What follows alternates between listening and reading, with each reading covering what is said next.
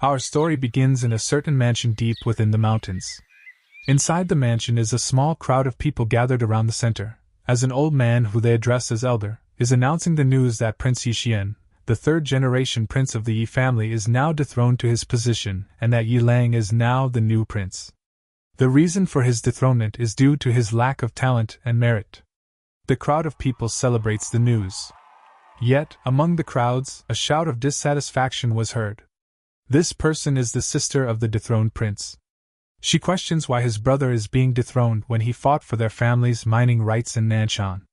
She confronts the elder for making some baseless excuse to remove his brother from his position. The words of the girl are met with negative responses from the crowd.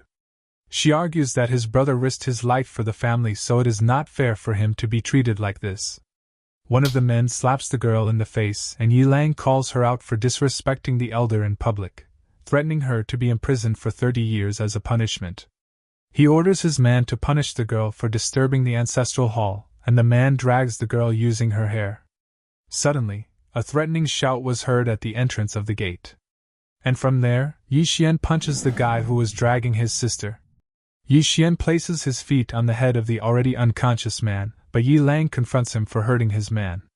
Yixian replies by squashing the head of the unconscious man, threatening everyone that no matter who it is, if they hurt his sister, they'll eventually be sent to hell in no time. With a concerned look, Yi Lang questions the situation on why Yixian is here when he already sent someone to kill him. The old man is angered by Yixian's action and prepares for an attack. Both blows collide as we see Yixian being pushed back a little. In the scene of the battle, the crowd is surprised that the difference in power between the combatant is very small despite the huge gap in their cultivation level. The old man is also surprised by Yixian's power, recognizing his strength. Yixian questions the elder for his decision of dethroning him. The elder reveals that Yi Lang is a newly awakened chosen one and that he is the rightful heir of the family. Yixian is taken aback by the elder's revelation. The chosen ones are those favored by heaven and earth, and there are only less than 10 of them in the entire Jiang kingdom. Yixian challenges Yi Lang, stating that since Yi Lang is the new prince, he will be unable to refuse the challenge. Yi Lang accepts the challenge, but he wants them to fight in the life or death arena. Yi Lang questions Yixian if he still dares. With a smile, Yixian agrees with confidence. Yi Lang notices it, and questions if Yixian is not afraid of death, or just confident in killing him. He declares that the fight will be held in 1 month and everyone will be watching it. Yixian agrees and leaves the scene while carrying his weakened sister. The elder questions Yi Lang if he is confident in defeating Yixian. He replies that after 1 month of awakening his soul, no one will be his match in Xingqing. Moments later, Yixian checks on his sister. She asks her brother why he accepted the life-or-death battle with Yi Lang. Yixian assures his sister that he will win and that they won't be able to bully her anymore. The sister blames herself for being a burden, but Yixian just tells her to go to sleep. After leaving his sister, Yixian loosens his upper garment, revealing a wound on his stomach. We are sent back to his recent memory where among the bloody corpses, we see Yixian asking one of the assassins about the person who sent them. The assassin laughs at Yixian's situation as he reveals that even if he is killed, Yixian will forever be a waste as his Dantian is already ruined. Back in the present time, Yixian realizes that the assassins were probably sent by the elders. With a bloody finger, he takes out a ring from his garment, while assuring his mother that he will protect his sister as well as cure her illness. The ring reacts to his blood and then suddenly,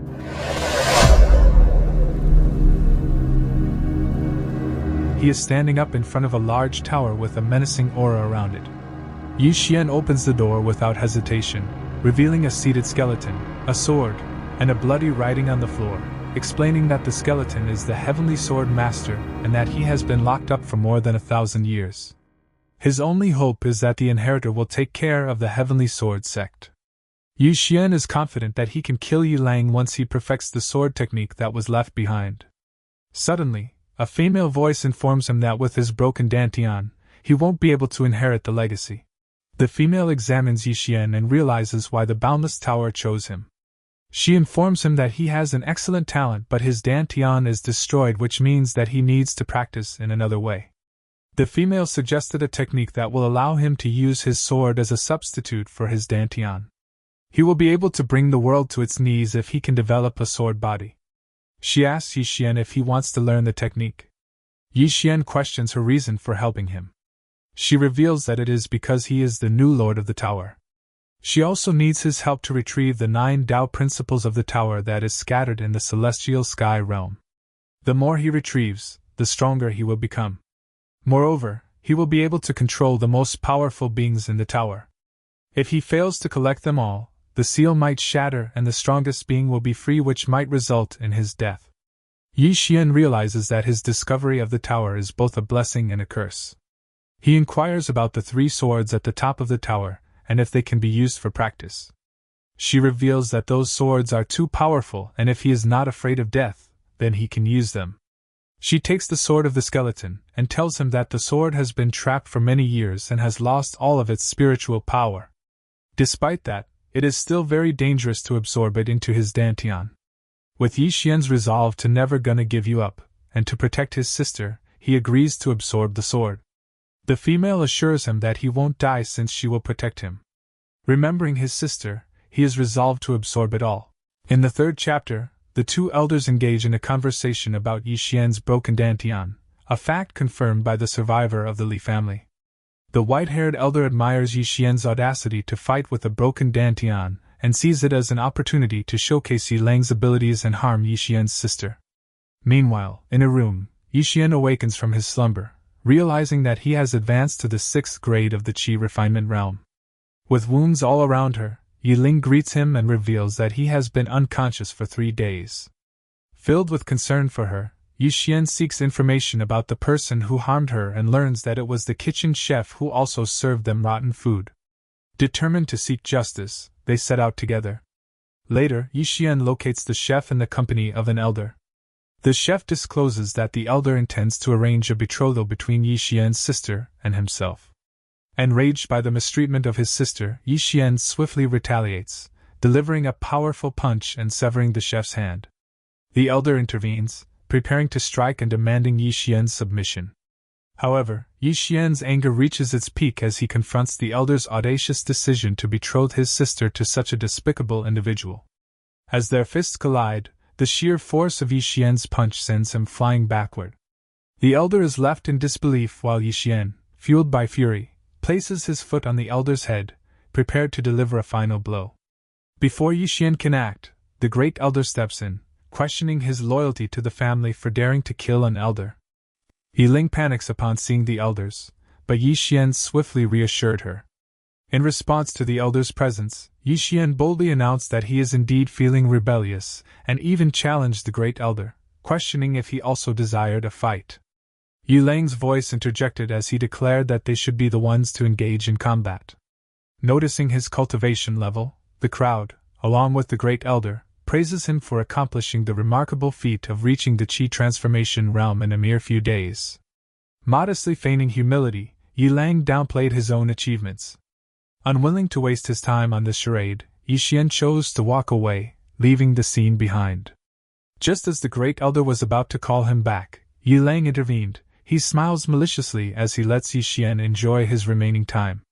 Within the confines of the training ring, Yi Xian found himself under the guidance of his new master, who divulged the secrets of a hidden realm, the Golden Body State, which resided between the realms of Qi transformation and Qi control, unbeknownst to most. It was in this state that he could double his strength by cultivating his physical body.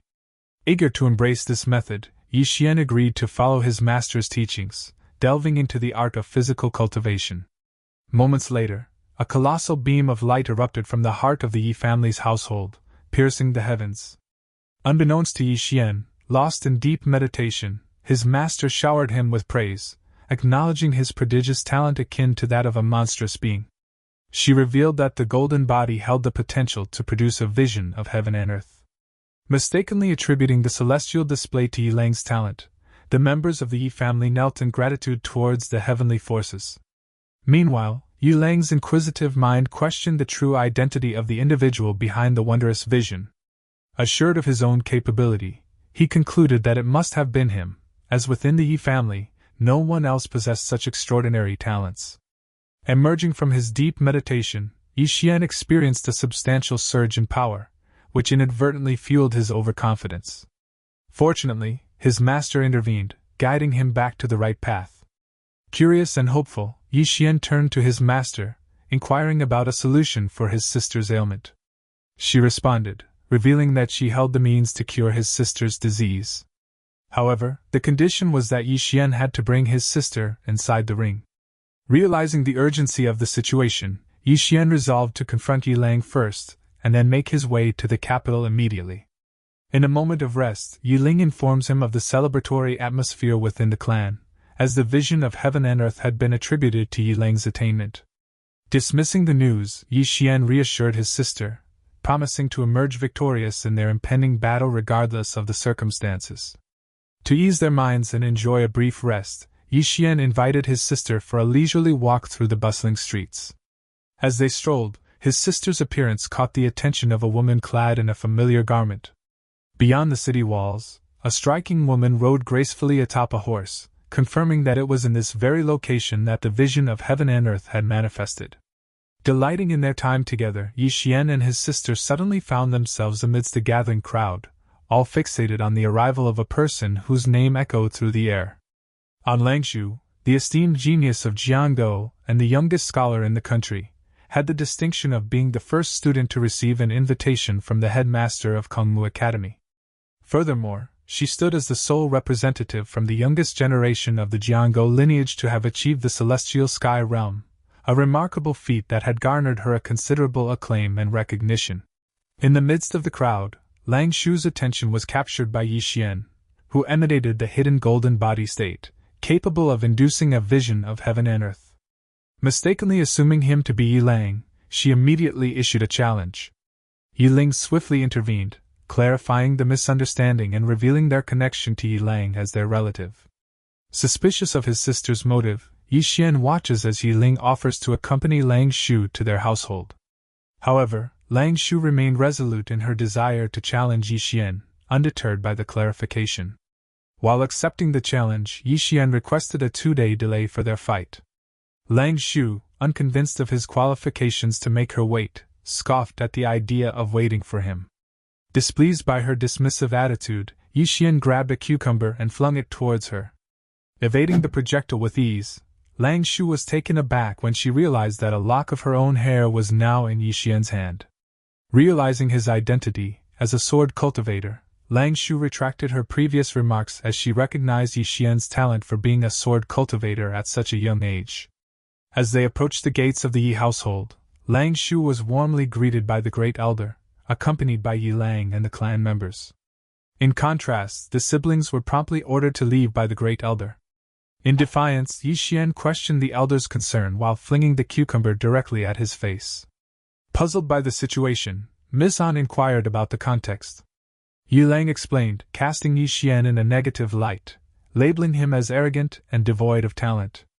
He ridiculed Yi Xian for foolishly challenging him to a life-or-death duel, deeming it a mockery of himself. Displeased by the belittlement of someone she personally acknowledged, her annoyance was evident as she demanded clarification regarding Yi Lang's identity. The Great Elder revealed that he is Yi Lang, the chosen one and the one she had been seeking. Waving at her with a sense of self-assuredness, Yi Lang couldn't help but admire her beauty, convinced that his reincarnation had not been in vain. He believed that once she became aware of the prince's cruelty, she would inevitably yield to his advances. Annoyed by the Great Elder's declaration of Yi Lang as a chosen one, Miss An aimed her spear directly at him. She proceeded to insult Yi Lang, comparing his realm to nothing more than a fragile bubble. Angered by her displeasing remarks, Yi Lang demanded clarification, challenging her to explain the intended message behind her words. Unfazed, Lang Shu clarified that Yi Lang lacked the necessary qualifications to compete with her. In response, Yi Lang prepared to throw a punch, daring her to take it if he truly lacked the qualifications. Trying to stop Yi Lang, the Great Elder warns him of Miss An's great talent. Before he could finish his sentence, Miss An swiftly swung her spear, conjuring a dragon-like figure that exuded an intimidating presence. Recognizing it as a manifestation of spear intent, Yi Lang intimidatedly realized Miss An's talent for comprehending such profound knowledge at a young age. She taunted Yi Lang, branding him a coward for hesitating to proceed with his attack, dismissing him as nothing more than a reincarnated trash. Before leaving, Lang Shu insulted the elders and reminded Yi Xian of their scheduled encounter in 2 days' time. While the siblings accompanied Miss An to the gate, the great elder expressed concern, inquiring about Yi Lang's well-being. In response, Yi Lang coldly instructed him to leave, expressing his annoyance at the interruption during their confrontation. Moments later, Yi Xian approached his master, seeking information about Miss An. In a surprising remark, the master affirmed that Yi Xian and his sister were on par with her, emphasizing Yi Ling's talent in particular. Thrilled by this comment, Yi Xian couldn't help but inquire if Yi Ling surpassed Miss An in terms of talent. The master scolded him for getting too close and halted any further questioning, redirecting his focus to cultivating a sword technique to further enhance his strength. A sword technique is a type of martial art, and among the martial arts practiced by the Yi family, their most proficient techniques were only at the human level. The master bestowed upon Yi Xian a technique known as One Sword Determines Life and Death, which increases in rank relative to his unwavering conviction in the path of the sword. Delighted by this gift, Yi Xian attempted to embrace his master, but she deftly evaded his advance, reminding him to focus on training instead of indulging in happiness. Understanding her guidance, Yi Xian agreed wholeheartedly. After 2 days of preparation, the stage was finally set for the long-awaited showdown between Yi Xian and Yi Lang at the plaza. Excited by the event, Yi Ling urged her brother to take a look at the arena. It became evident to Yi Xian that the Yi family intended to showcase their prowess to elevate Yi Lang's status. Observing this, Lan Er commented on the elder's biased behavior. The crowd's attention was drawn to the arrival of notable figures, including the city lord, the Zhang family, and the Li family, who came to witness the anticipated fight. Intrigued by their presence, Yi Xian and his sister decided to join the spectators. At the heart of everyone's focus stood the 2 patriarchs and the city lord. The great elder warmly greeted the esteemed guests, inviting them to take their seats as the impending battle was about to commence. At this moment, Yi Lang notices that someone is staring at him. True enough, among the crowd is Yi Xian, who is looking at him while giving him the mosaic finger. This agitated Yi Lang, but the great elder swiftly intervened, urging him to let it go. Yi Lang agreed, aware that the fight was about to begin. Positioned on the elevated platform, the great elder introduced the combatants. The guests murmured disapprovingly, noting how the Yi family displayed narrow-mindedness in suppressing a genius like Yi Xian. Unaware of their comments, the great elder declared the start of the fight, emphasizing that once inside the arena, their skills alone would determine their fate, with no interference permitted. Inside the arena, both fighters locked eyes momentarily. Before Yi Lang could utter a word, Yi Xian swiftly introduced his fist to his opponent's face. The impact sent Yi Lang flying through the air, much to the surprise of the crowd, who expressed their astonishment at Yi Lang's defeat by a single punch. The great elder accused Yi Xian of launching a sneak attack, but from below, Yi Xian mocked the elder and retorted that the match had already begun. All of the guests sided with Yi Xian, agreeing that the elder himself had declared the start of the match. This angered the elder, who wondered why they were supporting Yi Xian. Yi Lang interjected, admitting that he had been careless and promising to demonstrate the disparity between an ant and a genius. As Yi Lang showcased his qi, the crowd realized that he had already reached the imperial qi realm. This left them impressed, labeling him a super genius. Many believed that Yi Xian was about to lose, but his sister offered words of encouragement from the sidelines. As Yi Lang charged at him, Yi Xian readied his smoking fist, which he employed to send his arrogant opponent flying, ultimately concluding the fight. The guests expressed their surprise as they recognized that Yi Xian had been concealing his true strength all along. The great elder caught the falling Yi Lang and accused Yi Xian of cheating, commanding a servant to kill him. However, Yi Ling refuted the accusation, and the crowd agreed, asserting that they should not compete if they were afraid of losing. The elder denounced them as peasants and called for the guards, but his efforts were interrupted by the patriarch of the Yi family. The patriarch informed Yi Xian that the great elder had been demoted to a regular elder. He urged Yi Xian to forget about everything since he was the prince. To the patriarch's surprise, Yi Xian revealed his awareness of the patriarch's involvement behind the scenes, as well as his plan to use Yi Xian as a means of exerting pressure on the great elder so that he can further consolidate his own power. Armed with this knowledge, Yi Xian declined the offer of becoming the prince of the family. The patriarch, far from flattered, publicly declares that Yi Xian has betrayed the family and announces his intention to personally execute him. However, his proclamation is interrupted by the sudden appearance of a thunderous spear, which lands between the patriarch and Yi Xian. The city lord recognizes the owner of the spear as Lan Shu. She greets the city lord and floats towards her spear where Yi Xian awaits, reminding him that the time for their fight has come. The Great Elder questions Lan Shu's decision to fight someone like Yi Xian, whom he perceives as a loser. In response, Lan Shu threatens to kill the elder if she hears another word from him. Yi Xian accepts Miss An's challenge and summons a sword into his hand, causing both patriarchs to realize that Yi Xian is actually a rare sword cultivator. The taller patriarch laughs at the Yi family, ridiculing them for chasing away a genius sword cultivator from their family. Beside Yi Ling stands the city lord, who engages in conversation with her. He suggests that it was likely Yi Xian who caused the vision, adding another layer of intrigue to the situation. Meanwhile, the Yi family patriarch scolds the Great Elder upon discovering that Yi Xian is actually a sword cultivator. He blames the elder for destroying their family. The elder retorts by reminding the patriarch that it was he who agreed to abolish Yi Xian's cultivation and strip him of his previous position. Noticing the negative reaction to his reminder, the elder tries to calm him by suggesting to control Yi Xian by abducting his sister. The patriarch calls him a blind old dog as he points out that the city lord is already protecting Yi Ling. The fight between Yi Xian and Lan Shu begins as they charge at each other.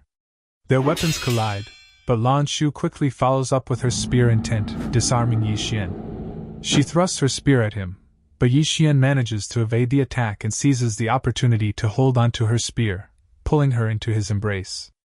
Apologizing, Yi Xian detonates an explosion, engulfing both of them. Witnessing the explosion, Yi Ling gets worried, but the city lord reassures her. Once the smoke dissipates, Yi Xian is seen atop Miss An, still holding onto her melon.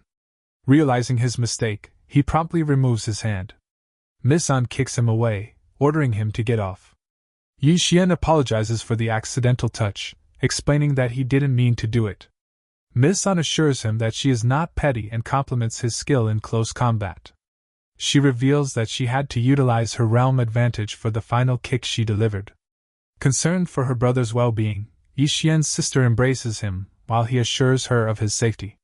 Since he has already left the Yi household, Lan Shu extends an invitation for him to join Kangmu Academy. She expresses her desire to have another fight in a few days. Yi Xian doubts his eligibility to enter the academy, but Lan Shu throws him a jade pendant that belongs to her lady. She informs him that the pendant will grant him entry to the academy. Yi Xian gazes at the pendant with hope, as he believes the academy may hold the key to curing his sister. Hearing the mention of the academy, the Great Elder kneels in despair. The patriarch orders the guards to cripple the elder's Dantian and imprison him in the dungeon. Under the moonlit night, Yi Lang sits outside while vowing revenge against Yi Xian. Suddenly, there is a pause, followed by the sound of a slash as Yi Xian apologizes and swiftly eliminates the root of the problem, leaving behind the lifeless body. Unbeknownst to him, Lan Shu, accompanied by an elder, observes his actions. She questions the elder about Yi Xian, and the elder praises him for his decisive nature. However, the elder concludes that they are from different worlds and that Yi Xian is unworthy of Lan Shu. Dismissing the elder's overreaction, Lan Shu comments that no one in the world is capable of capturing her heart. 3 days had passed since the duel, and now a carriage emerged, drawn by an impressive steed. Driving it is Yi Xian, accompanied by his sister. Curious, Yi Ling turned to her brother and asked if they had arrived in the capital. Yi Xian replied, revealing that they still had a distance to cover but were nearing the city of Qianxian. There, they would board a cloud boat to reach the capital. Yi Xian motioned for his sister to enter the carriage, worrying about the strong wind. Suddenly beside him is his master, remarking him for spoiling his sister too much. Yi Xian exclaimed at the sight of his master outside the ring. She explains that she is just an illusion, and only he can see her. Overpowered by his curiosity, Yi Xian reached out to touch his master, unintentionally provoking her anger. With an angry look, she warned him that repeating such an act would result in punishment during their next training session. Realizing his misstep, Yi Xian calmed his master, explaining his innocent curiosity. Seizing the moment, His master informed him that the seal on the second layer had been released and that he needs to find the Tao. Otherwise, no one can save him. Understanding the gravity of the situation, Yi Xian earnestly asked his master where he could find the Tao. She replied with a sweet smile, expressing her own desire to discover its location, revealing that this is why she needs his help. Upon their arrival in the city, the passenger handed Yi Xian a bag of coins containing 500 gold pieces. Excitedly, he invited his sister to join him for shopping. As they strolled amidst the stalls, his master commanded him to acquire the purple ring displayed at the stall on their left. Inquiring about its price, Yi Xian was happily informed by the seller that it is only 10 gold coins. Determined to make the purchase, he agreed without hesitation. However, after already making the deal, a girl interrupted them and demanded the seller to sell her the ring for 20 gold coins. Yi Ling couldn't help but question the girl's actions, provoking her irritation. But upon catching sight of Yi Ling, the girl's expression swiftly transformed into one of admiration. Intrigued, she inquired about Yi Ling's name, and Yi Ling agreed to introduce herself. Yi Xian, not one to mince words, called the girl a pervert, much to her displeasure. However, she swiftly recovered and gifted Lan, a heavenly fire-warm jade, explaining that it could temporarily alleviate the cold within her body. Revealing her plan to take Yi Ling away after concluding her business, she offered the ring to Yi Xian for the sake of his sister. With the girl's departure, his master assured him that although the girl surpassed his current level, she harbored no ill intentions toward Yi Ling. Yi Ling beamed with delight as she proudly showed the warm jade to her brother, describing its comforting warmth. Yi Xian gently patted his sister, confirming that her condition was curable. Meanwhile, in a shadowy corner of the city, the girl from earlier engaged in a conversation with a masked woman who addressed her as Holiness. Astonished by the discovery of someone with a special constitution in a modest country like Jian, she revealed her intention to take Yi Ling away immediately if not for her pressing engagement, which is the Heavenly Sword Master's cave. The masked woman inquired about Yi Xian, prompting the Holiness to look down upon him for his shattered Dantian and average physique.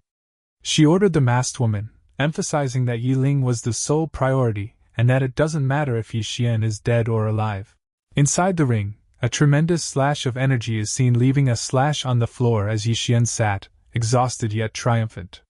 He informed his master that he had successfully executed the move known as a single blow will determine life or death. However, his master swiftly dismissed his claim, stating that he had barely scratched the surface.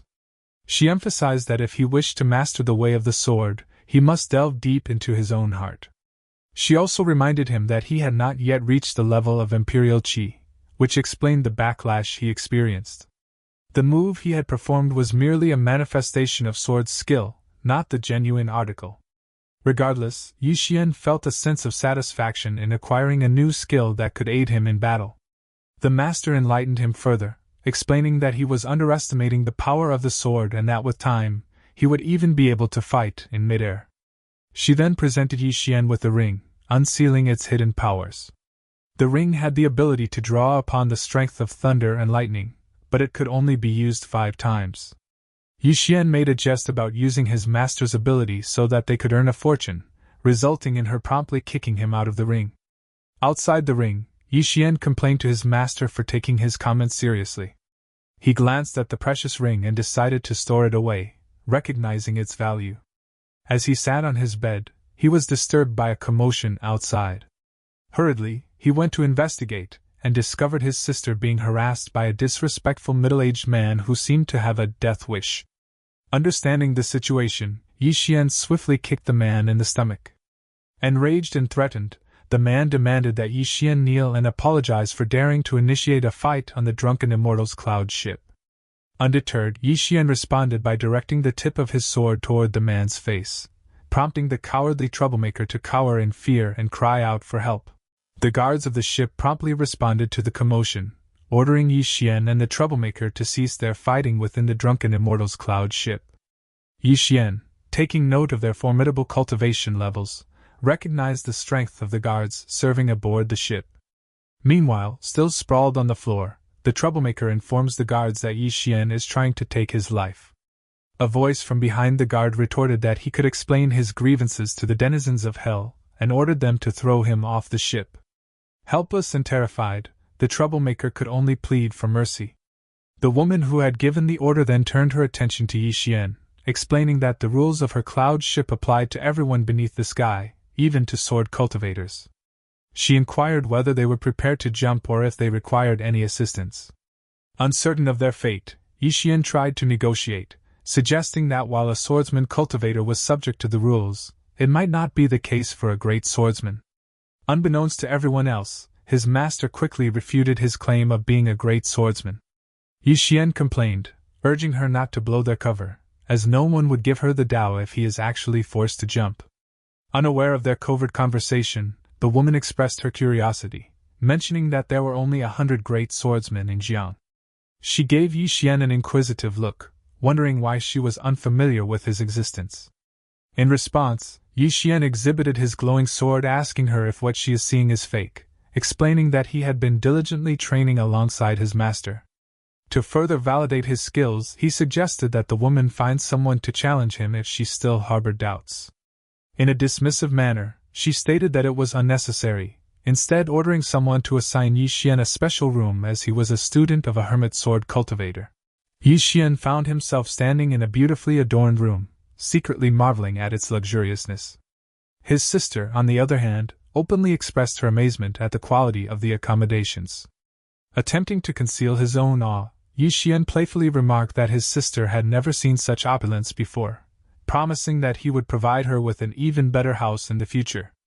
However, his attempt to hide his own fascination was in vain when his sister mentioned the softness of the bed, causing him to inadvertently reveal his own excitement.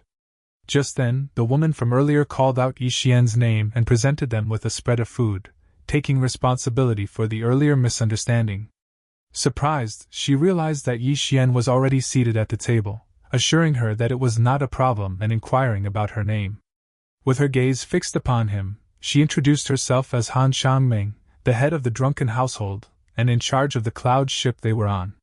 Yi Xian expressed his astonishment that someone as young as Miss Han held such a high position within a prestigious association.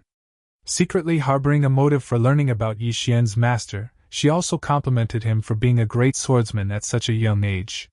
In response to her compliments, Yi Xian broke a sweat, realizing the impending inquiry about his master's identity. To divert the conversation, he suddenly called his sister to join them in the meal, indirectly signaling to Miss Han that she didn't need to pry further and could leave them in peace. Understanding his unspoken message, Miss Han reluctantly announced her departure, a hint of reluctance visible on her face. After reaching her room, Miss Han ponders about Yi Xian and remarks on his peculiar temperament, finding it difficult to unravel anything about him. Meanwhile, an old man warns her that Elder Gu will cause a commotion upon learning that she placed someone in a premium room. With a malicious smile, she responds that it's even better, revealing her plan to use Yi Xian to get rid of the elder. The old man observes her manipulative nature and predicts that she will struggle to find a genuine friendship. On the following day, outside the ship, Yiling excitedly calls out to her brother, marveling at the breathtaking view of the distant mountains. Yi Xian, being the protective older brother, advises her to be careful as she looks at the view. Among the other passengers is a chubby kid who suddenly insults her, mocking her as a country bumpkin and ridiculing her clothes. Unfazed, she explains that she will be content as long as her clothes are wearable, and she has her brother by her side. Every time he boasts about an item, Yiling replies that she has her brother. Growing tired of Yiling mentioning her brother, the chubby kid boasts that his father happens to be the city lord of Qianshan, trying to belittle Yi Xian's significance. In response, Yiling advises him with composure to keep a low profile, warning him that if he continues to act arrogantly, he will frequently find himself getting beaten up. Yi Xian, arriving at the two, asks his sister if the chubby kid is her new friend. Observing the close bond between Yi Xian and Yiling, the chubby kid's jealousy emerges, prompting him to approach his father and request a brother of his own. Inside Miss Han's room, an elder confronts her about the decision to give a premium room to an unnamed teenager. Miss Han responds in a leisurely manner, informing him that the teenager in question is actually a great swordsman. The elder scoffs at her statement, suggesting that she might as well claim that it was some famous figure like An Langshu or Anguisher. Undeterred, Miss Han questions the elder's motives, hinting that he is trying to demonstrate his loyalty to her brother. The elder defends himself, asserting that his actions are simply a result of fulfilling his responsibilities as an elder. He suggested that if Miss Han feels wronged by his words, she can take the matter up with their family. However, before leaving, the elder warns her that if she intends to use her power for personal gain, he will have to personally intervene and address the situation accordingly. After the elder left the room, the old man present advises her against setting herself on fire by manipulating the situation between Yi Xian and Elder Gu. She disregarded the advice as she believes that the risk will be worth it. Outside the ship, a guard callously throws the belongings of the siblings while Elder Gu confronts them. Elder Gu directs his attention to Yi Xian, questioning whether a premium room is suitable for a poor kid like him. Yi Ling steps in, informing Elder Gu that it was Miss Han who granted them the room. Elder Gu, seemingly unimpressed, probes further, asking if they paid for it or even have a valid ship ticket. Meanwhile, the chubby kid from earlier observes the unfolding scene and points out to his father that the siblings are being bullied. The father advises him to observe the situation for the time being. Sensing the tension, Yi Xian picks up their belongings and addresses Elder Gu with a touch of sarcasm, stating that drunken immoral has truly opened his eyes and that the premium room no longer holds any importance to him. Elder Gu, fueled by his motive, accuses the siblings of being thieves who intentionally entered the premium room without proper tickets. Fueled by a surge of protectiveness for his sister, Yi Xian suddenly manifested a vision of a gigantic sword, towering over the entire ship. His master, realizing that he has finally grasped the heart of the sword, is taken aback by the manifestation. In a swift motion, Yi Xian kicks the guard who was threatening his sister. The onlookers are captivated by the intense fight unfolding before them. Meanwhile, the father seizes the opportunity to educate his son, explaining that what they just witnessed was sword purity. Perplexed, the son inquires about its meaning. The father can only facepalm himself, as he scolds his son for neglecting his studies. He goes on to explain that a swordsman can only become a true master of the way of the sword after understanding the heart of the sword. He further emphasizes that there is only one sword master in the entire Jiang country, and that Yi Xian will probably be the second one in the future. Yi Xian threatened the elder that he will kill them all if they touch his sister. Responding to Yi Xian, Elder Gu prepares for an attack as he shouts at Yi Xian for breaking the rules. The father realizes that the elder is already in the sky realm and that Yi Xian will not be able to defeat him. A guard suddenly opens Xiangming's door as he urgently reports that Yi Xian has understood the heart of the sword and that Elder Gu is about to be killed. Surprised by the news, Xiangming accidentally dropped her tea as she realizes Yi Xian's actual strength and value. The old man nervously urged the young lady to stop Elder Gu as it would be a dumb decision to offend a future master of Sword Dao. In contrast, Xiangming confidently smiles as she announces her time to step in. Returning to the battle, Yi Xian faces Elder Gu, who is now in a sprawled position. As Yi Xian was preparing his final move, the elder threatened him that given his position as an elder of the Drunken Immortal Pavilion, the association will not let him go if Yi Xian kills him. Unfazed, Yi Xian coldly replies that it is not the elder's business if the pavilion will spare him or not, since the elder will not be able to see the sun tomorrow. As the mastermind confidently arrived at the scene, with an air of unwavering arrogance, she began to assume a commanding pose as she implores Yi Xian to spare the elder, thinking that she will gain a powerful ally after pretending to help him. However, her fantasy was brutally shattered when Yi Xian grabbed her neck, lifted her off the ground, and coldly revealed his awareness of her involvement in the unfolding events. Yi Xian tightly clutches the neck of the scheming Xiangming as he coldly exposes his knowledge of her devious plot. Seeing the situation, the guards anxiously ordered Yi Xian to let go of their lady. The elder laughs at Xiangming, mocking her as he adds fuel to the fire by revealing her plan of using Yi Xian to kill him, thereby endangering his sister. As she gasps for air, Xiangming desperately denies the accusations, pleading with Yi Xian not to believe the elder's words. Consumed by rage, Yi Xian directs his sword toward the chattering elder, unleashing an overwhelmingly large slash of energy that obliterates his physical form. The crowd watches in awe and astonishment. This display of strength made the father realize that Yi Xian is actually a great swordsman. With a powerful throw, Yi Xian hurls Xiangming, causing her body to slam forcefully into the ship's pole. Despite her offenses, Yi Xian decides to spare her life, issuing a stern warning for her to disappear from his sight forever.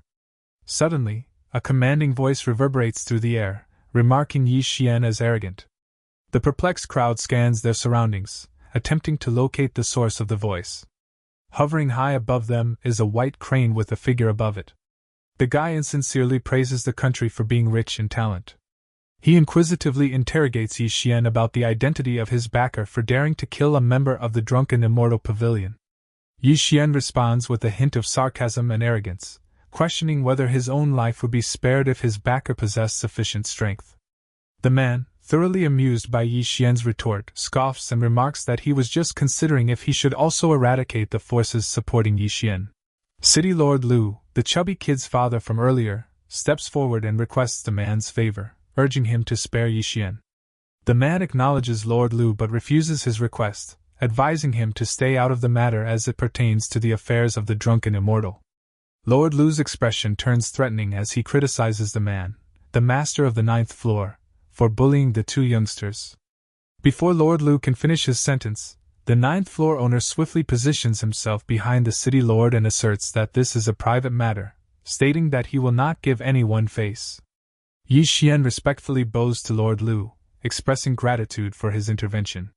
He adds that there is no point in trying to reason with them since the drunken immortal seeks to bully others. In response to Yi Xian's comment, the 9th floor owner reacts and lectures Yi Xian, emphasizing that strength prevails in this world. He boldly declares himself to be the one who bullies on behalf of the drunken immortal, and Yi Xian should therefore endure it. Pointing his fan at Yi Xian, the 9th floor owner confidently asserts that Yi Xian has no influential supporter backing him. In a selfless act, Yi Ling, being a loyal sister, offers herself to be sacrificed in place of her brother. Supported by the old man, Xiangming attempts to plead with her superior, but she is swiftly silenced and commanded to apologize to his master upon reaching the capital. The 9th floor owner orders his subordinates to hang the siblings' bodies in front of the cloud ship, intending to make a public display of their fate. With arrogance, he reaffirms his position as the bully of the drunken immortal pavilion, challenging anyone who dislikes their actions to come and fight. Agreeing to his audacious declaration, the master revealed herself before the ship while instructing Yi Xian to observe closely as she will teach him the true meaning of bullying others. Yi Xian carefully observes his master's actions, his curiosity piqued by her newfound ability to move outside. With a commanding gesture, she invokes her sword intent, extending her hand into the air. In response, a colossal vortex of turbulent water materializes behind her, swiftly condensing into the form of a sword. The chubby kid directs his father's attention to the dried-out river below, drawing their astonishment. Taken aback by the spectacle, the father peers downward, astonished to realize that even the renowned sword master of the Jiang country is incapable of such a feat. Witnessing this extraordinary display, beads of sweat form on the 9th floor master's face as he cautiously addresses Yi Xian's master. With a cold gaze, she focuses her attention on the once arrogant 9th floor owner. Swinging her sword with precision, she unleashes a powerful beam of energy directly at him. Despite his attempt to defend himself with a strong defensive technique, he proves unable to withstand the attack, leaving him in a pitiful and defeated state. After dealing with the antagonist, the master reveals to Yi Xian that the technique she employed was none other than, a single sword will determine the life and death. She inquires if he comprehends the essence of the technique. Trying to provoke another demonstration, Yi Xian pretends that the movements were too fast for him to fully comprehend. However, his master quickly sees through his act and calls him out on it. Turning her attention to the 9th floor owner who is feigning incapacitation, the master orders him to get up. The man tries to speak nonsense, but the master swiftly silences him with a warning. She demands that he summon his most formidable backer so she can demonstrate what it truly means to bully others. Moments later, the crowd notices the arrival of an individual who arrogantly introduces himself as the 8th floor owner. He questions the group for daring to mess with him, but before he can even land on the ship, the master swiftly dispatches him, showcasing his pitiful state to the 9th floor owner who calls him a dumbass. Suddenly, a swirling vortex of flaming wind materializes next to the 9th floor owner, revealing an elder who respectfully introduces himself as the 3rd floor owner. The elder pleads with the master to remain calm and not create further difficulties for them. However, the master reveals the ninth floor owner's previous plan to hang the siblings' bodies in front of the ship. Upon learning the truth, the elder sarcastically praises the ninth floor owner for a job well done. He respectfully apologizes to Yi Xian and proposes on making amends. Yi Xian sighs and suggests to the elder that he should seek his master's opinion instead. In response, the elder swiftly commands his subordinates to hang the ninth floor owner's body in front of the ship as a way to offer apologies to the immortal swordsman and the siblings. The ninth floor owner can only plead for mercy upon hearing the order. As the guards lead away the ninth floor owner, the elder addresses the master, seeking confirmation of her satisfaction. In response, she dissipates her sword, transforming it back into its original form. Observing this phenomenon, the elder is struck with disbelief, realizing that even the immortal swordsman he is familiar with lacks such a capability. Curiosity surges within him as he contemplates the master's identity. Just before she leaves, the master directs her words to the members of the drunken immortal pavilion, echoing the ninth floor owner's challenge. She declares her strength and invites anyone who disagrees with her actions to confront her in battle. Turning his attention to Xiangming, the third floor owner shows mercy for the sake of her grandfather.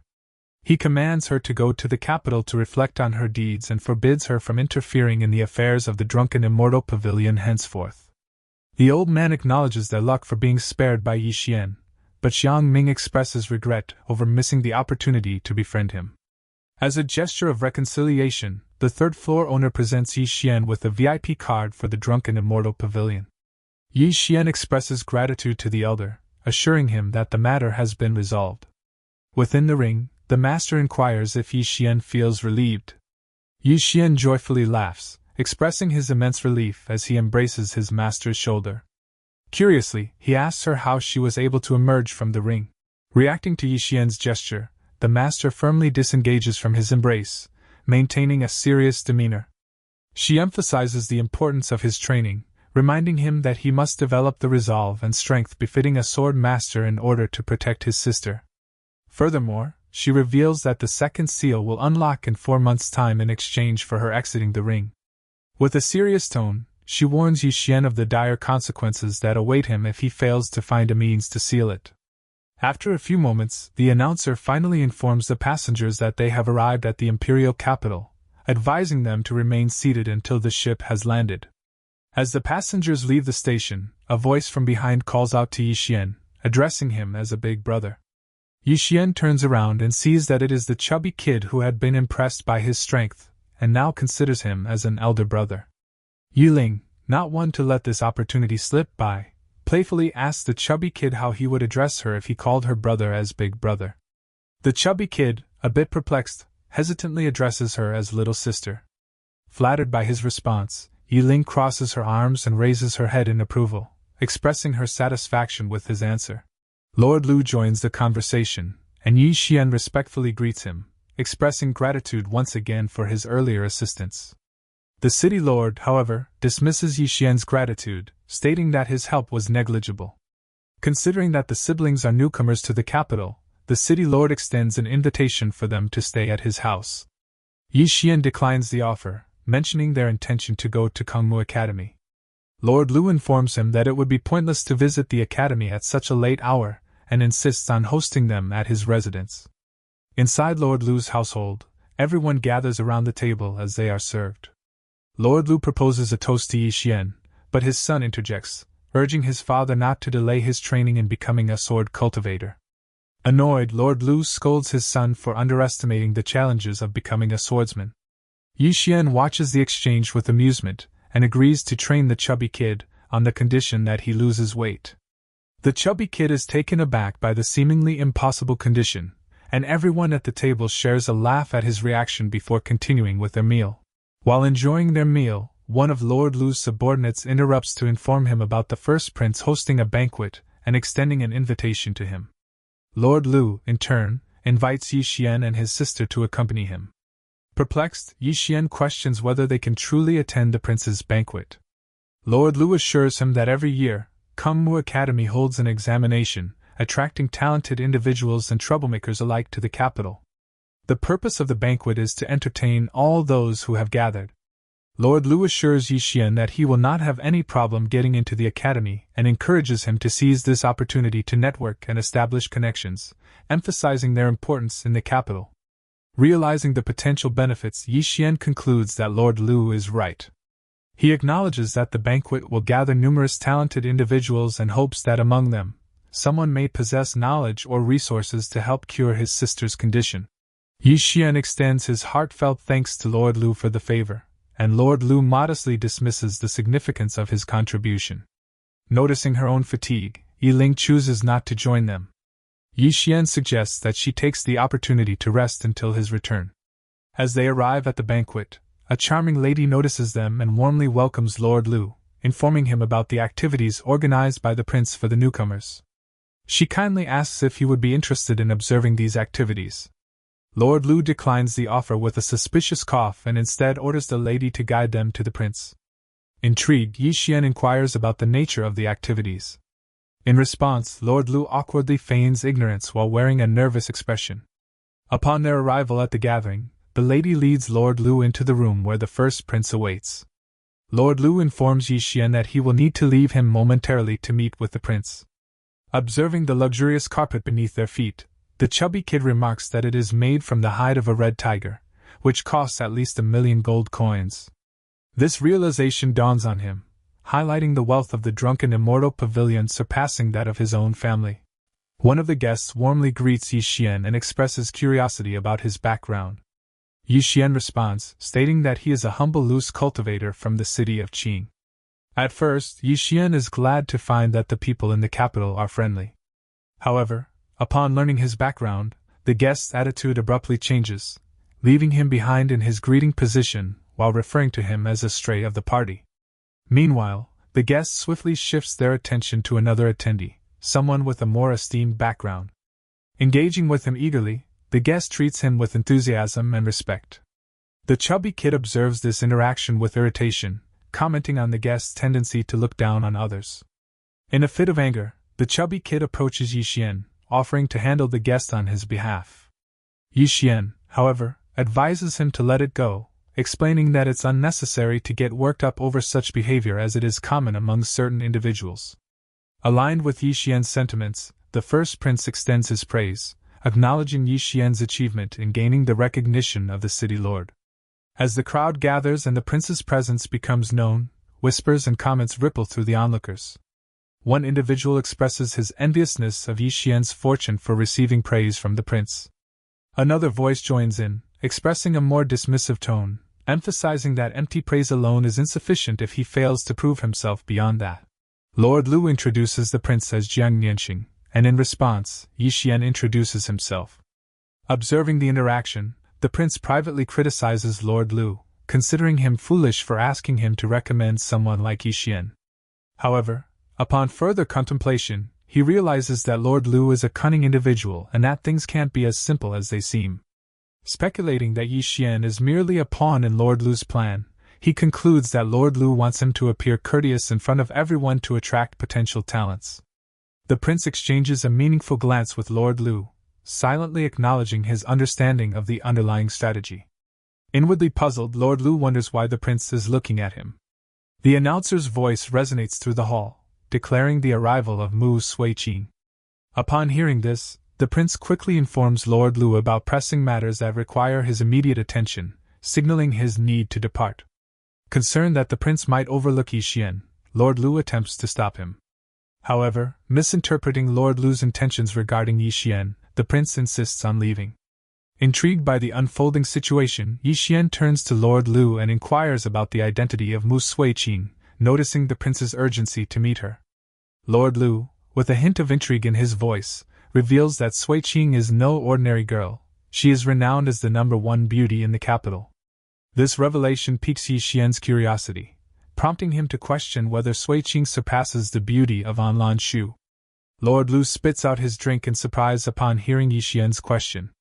After composing himself, Lord Lu explains that An Lan Shu's fame stems from her formidable strength that has garnered respect from people across 100 countries. Her reputation is not solely based on her looks.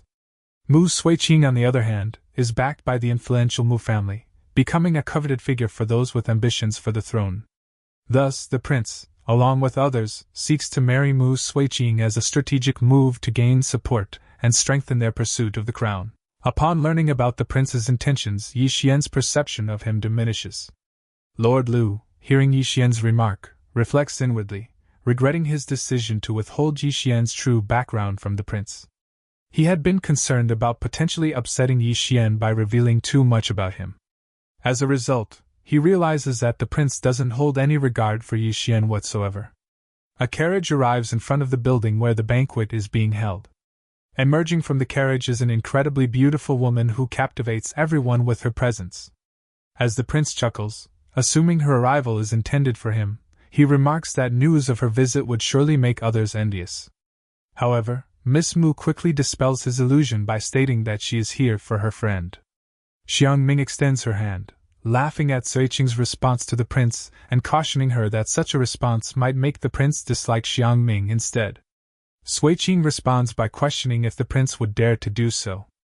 As the two engage in conversation, seemingly oblivious to the presence of the prince, one of his subordinates reprimands Suiqing for her apparent disregard for the eldest prince, insinuating that she fails to grasp the repercussions of her actions.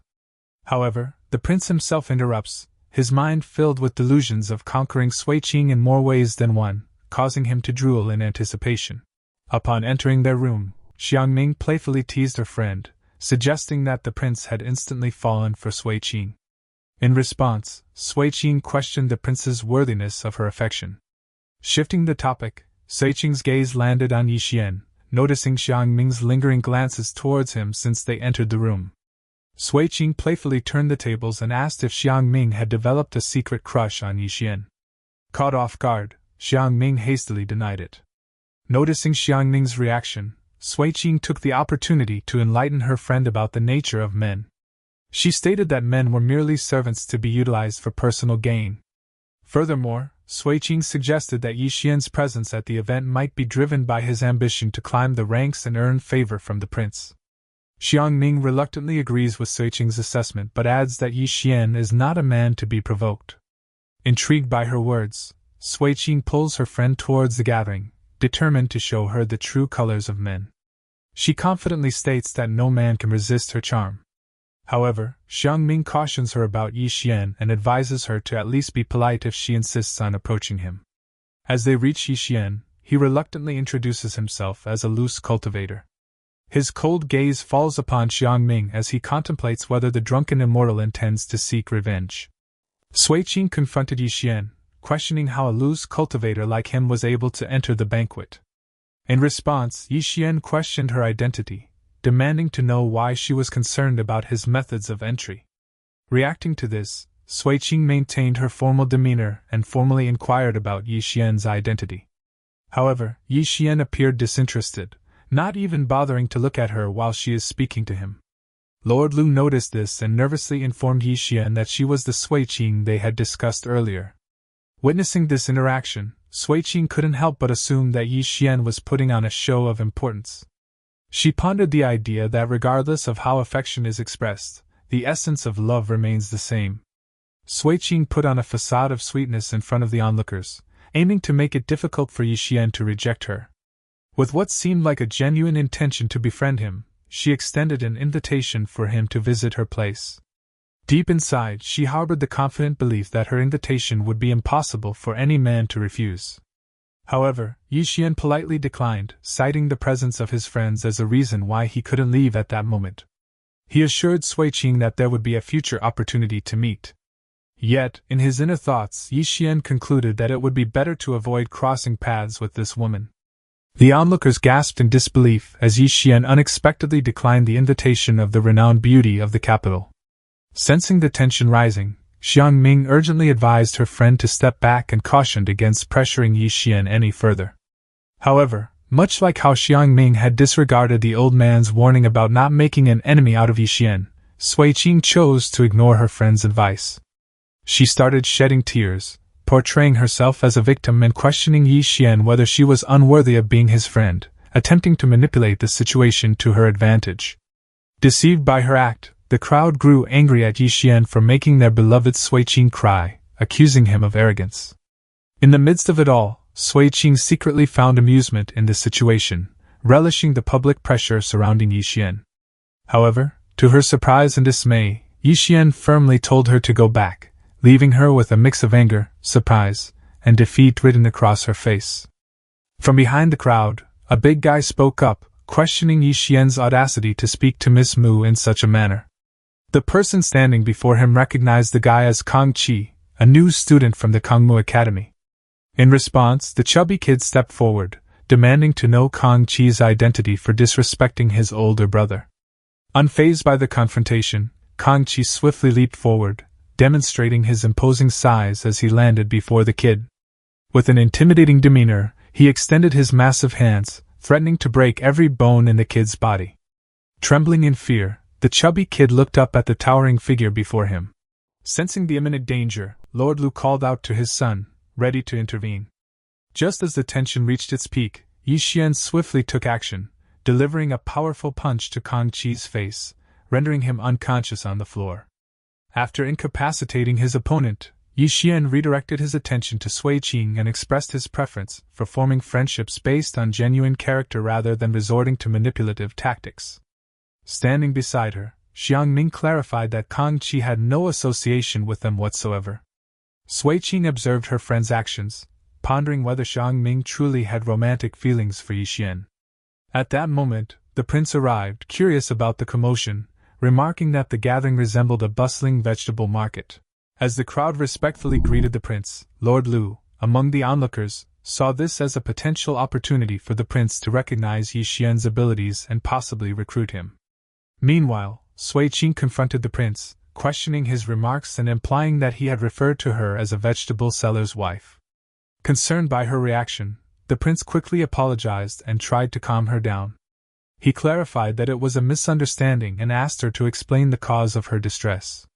In her effort to sway the prince's opinion against Yi Xian, Sui Qing expressed her disappointment, highlighting the harm done to Kong Qi and the feeling of being disregarded by Yi Xian. She emphasized that her sole intention had been to befriend him. The crowd, in agreement with Sui Qing's sentiments, voiced their opinions disapproving of Yi Xian. Meanwhile, the prince's expression displayed surprise upon hearing Yi Xian's ability to defeat Kong Qi. The sight of his swollen face lying unconscious on the ground confirmed the severity of the altercation. The prince, observing his condition, expressed concern and instructed his subordinates to take him for medical treatment. The subordinates acknowledged the order and replied affirmatively to carry out the task. Confronting Yi Xian, the prince inquired about his name in an interrogative tone. His subordinate promptly informed him that the individual in question was Yi Xian from their earlier encounter. Wearing an expression that seemingly conveyed his disdain for Yi Xian, the prince asserted that he had already grasped the situation. He expressed his understanding that Yi Xian had insulted Miss Mu and caused harm to Kong Qi, and sternly demanded an apology from him. After demanding an apology from Yi Xian, the prince turned his attention towards Sui Qing, attempting to impress her by reassuring her that he would seek justice on her behalf. Lord Lu, observing the situation alongside Yi Xian, apologized for the unexpected turn of events. However, Yi Xian quickly dismissed Lord Lu's apology, stating that it had nothing to do with him. Lord Lu, recognizing the severity of the prince's actions, inwardly concluded that the prince had completely offended Yi Xian. With a mocking smile, Yi Xian commented on the prince's transparent attempt to enhance his image and recruit more talented individuals. In response, the prince, feeling called out, raised his fan and warned Yi Xian against speaking nonsense. Masking his intentions with a facade of goodwill, the prince offered Yi Xian a choice: either kneel down and apologize or face the consequence of being prohibited from leaving the drunken immortal pavilion. In his inner thoughts, the prince believes that sacrificing one of them to impress Miss Mu seemed like a worthwhile trade-off. Noticing the tension escalating, Lord Lu intervened and requested a favor from Miss Mu, suggesting that they let the matter go. Mu Suiqing, pretending to be interested in befriending Yi Xian, responded with a mocking smile and stated that Yi Xian had offended everyone, making it pointless to try to convince her otherwise.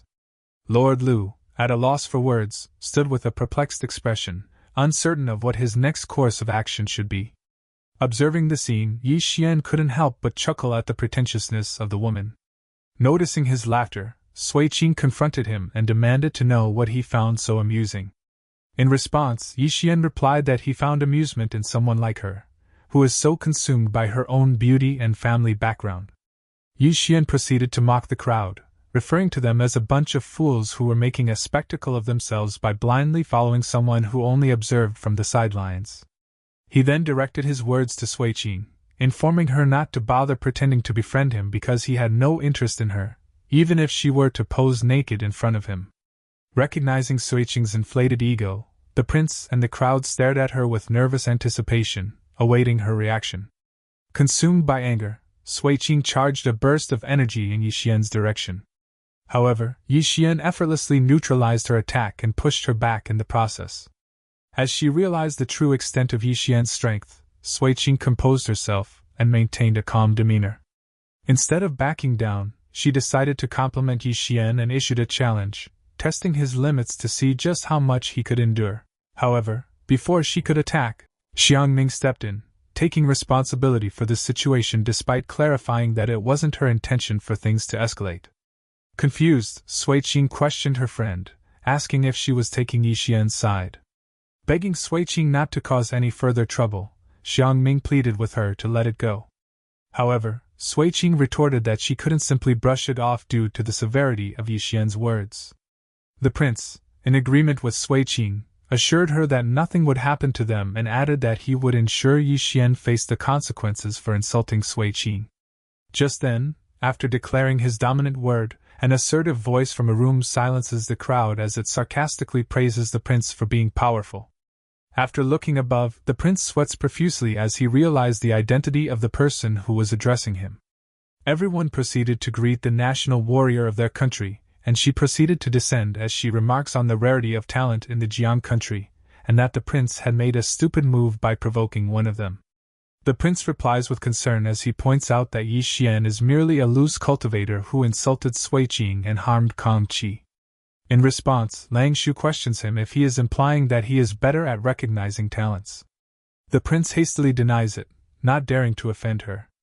After the prince confirmed his mistake, Lang Shu removed him from being the host to the new students and prohibited him from being a host for 5 years. Reacting to the severe punishment, the prince pushes his opinion that Yi Xian is just a loose cultivator. However, Lang Shu doubles the time of his punishment. The prince pleaded with her, invoking his father in an attempt to mitigate his punishment. In return, Lang Shu doubles the punishment once again, totaling it to 20 years.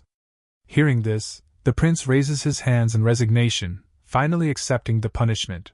After reprimanding the prince, Lang Shu requested Sui Qing to provide a concise explanation for her immature behavior, considering her role as a representative of the Mu family's younger generation. Xiang Ming quietly whispered to Sui Qing that she was being addressed by Armed Wisher. As Sui Qing remained silent, Lang Shu questioned whether she held a grudge or remained unconvinced. Growing impatient with her lack of response, Lang Shu directed a spell at her, causing her to grip her neck in pain. Witnessing her friend's suffering, Xiang Ming pleaded for Sui Qing to be spared, appealing to Lan Shu for the sake of the Mu family. Lang Shu agrees to this request. However, with a threatening gaze, she instructed them to inform the patriarch of the Mu family that Yi Xian was her friend. Furthermore, she warned that they should expect retaliation from her if any member of the Mu family dared to cause trouble again. As Xiang Ming anxiously worried about her friend, Lang Shu approached Yi Xian. He teasingly points out that she is always bossy and questioning if everything would be alright. Lang Shu reassured him, suggesting that he could simply pretend Sui Qing had attacked him and fainted. Before he could respond, Lang Shu firmly grabbed him by the collar and began pulling him away from the crowded place. The chubby kid, watching his big brother being dragged away by Lang Shu, bid farewell to him and made a request for Yi Xian to secure Lang Shu's autograph. The onlooking crowd observed their closeness with mixed emotions, some expressing envy, while others resigned themselves. Amidst the unfolding events, the prince, with teary eyes, desperately clutched Lord Lu's hand, pleading for his assistance. The prince expressed his fear that if he offended the national warrior, it would jeopardize his chance of ascending to the throne. Meanwhile, Lord Lu, feeling awkward and looking at the prince with a hint of exasperation, thought to himself that if the prince had missed such an opportunity, he deserved to lose the throne. Lord Lu believed that if the national warrior were to truly punish the prince, the consequences would have been far more severe than what he was currently facing. Lang Shu, illuminated by the moonlight, stood in front of the gazebo, her gaze fixed on Yi Xian as he wiped his sweat while complaining about how she had nearly strangled him earlier. Lang Shu, curious by his distant words, questions what name he used to refer to her. Yi Xian, repeating himself, calls her Miss An. In response, Lang Shu handed him a handkerchief to wipe his sweat and tells him to address her as An since all of her friends do. Yi Xian took the handkerchief but hesitated in addressing her as An, considering it too familiar. Lang Shu assured him that she wasn't as unfriendly as Mu Suiqing. Yi Xian then requested that she not address him by his family name. In response, Lang Shu agreed and decided to call him Little Xuanzi instead. Yi Xian found it amusing and chuckled to himself. Changing the topic, Lang Shu expressed her surprise at Yi Xian's quick understanding of the heart of the sword in just a few days. Yi Xian questioned how she knew about his comprehension, and Lang Shu explained that she possessed special eyes, allowing her to see the essence of others. Sensing his thoughts wandering into inappropriate territory, Lang Shu quickly clarified that it wasn't what he thought and warned him not to mess with her any further. Yi Xian chuckled in response to Lang Shu's words, assuring her that he didn't think anything of it. Going back to the topic, he admitted that he hadn't even reached the Imperial Qi realm, emphasizing how far he was from it. Lang Shu patted him on the shoulder, wearing a smile, and explained that it wasn't solely about his realm but rather his competence. She expressed confidence that an ordinary Skyrealm practitioner wouldn't be a match for him. Concluding their discussion, Lang Shu reminded Yi Xian about the upcoming enrollment day at Kangmu Academy, addressing him as Little Xuanzi. Yi Xian reassured her, stating that he wouldn't forget and expressing his determination to enter Kangmu Academy so they could have another opportunity to compete. While Yi Xian was outside with Lang Shu, Yi Ling was inside her room, calling for her brother. She gasped for air, and in her distress, the heavenly fire-warm jade that she was holding suddenly cracked. Meanwhile, the city lord and his son arrived at their house and were informed by their panicking maid about the situation in Yi Ling's room, which had turned into an ice cave. Perplexed by the news, the city lord questioned the maid for more details. They proceeded to Yi Ling's room and were met with a blast of cold air. Shivering from the cold, the chubby kid asked his father about the situation. Lord Lu, while channeling his qi towards Yi Ling, explains that it is an icy cold air and emphasizes the need for his technique to act swiftly, as there is a risk of it being overwhelmed by the cold air and potentially resulting in dire consequences.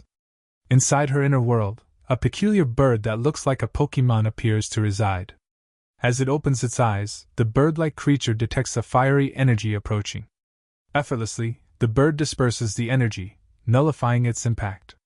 Returning to the physical world, Lord Lu hastily withdraws his hand, wounded by the extreme cold. Concerned, his son notices the injury and inquires about his father's well-being. Lord Lu assures him it is a minor injury, but laments his failure to reach Yi Ling's spiritual avatar, explaining the overwhelming strength of the frigid air surrounding her. Recognizing the urgency of the situation, Lord Lu commands one of his maids to locate Yi Xian and inform him about the circumstances. Simultaneously, he instructs his son to retrieve hot water and blankets to maintain her body temperature and provide warmth. Meanwhile, in the streets of the capital, Yi Xian finds himself being scolded by his master for neglecting his search for the Tao while seemingly finding time to socialize. Yi Xian, taken aback, expresses his surprise that the master is still awake at such a late hour. Thinking that it was him being addressed, the old man who was secretly following Yi Xian suddenly interrupted, expressing astonishment and disbelief that Yi Xian was able to locate him. In doing so, the old man reveals his realization on why his lady was so impressed by Yi Xian, emphasizing his extraordinary nature and capabilities. Confused by the blabbering old man, Yi Xian was about to tell him something. However, the old man then warns Yi Xian not to get any funny ideas about his lady. As he levitates to the air, the old man further adds that there is no use in hating him as he reminds Yi Xian that his lady is out of his league. As the old man departs, Yi Xian scoffs at him, labeling him a psycho for spouting nonsensical statements out of nowhere. His master, wearing a stern expression, accuses Yi Xian of meddling with the lady in question. Defending himself, Yi Xian asserts his innocence and points out that his master knows every detail of his life, even when he is taking a bath. In response, his master angrily shouts at him, rebuking him for insinuating that she peeks at him while taking a bath. Yi Xian attempts to calm her by clarifying that he didn't accuse her of peeking.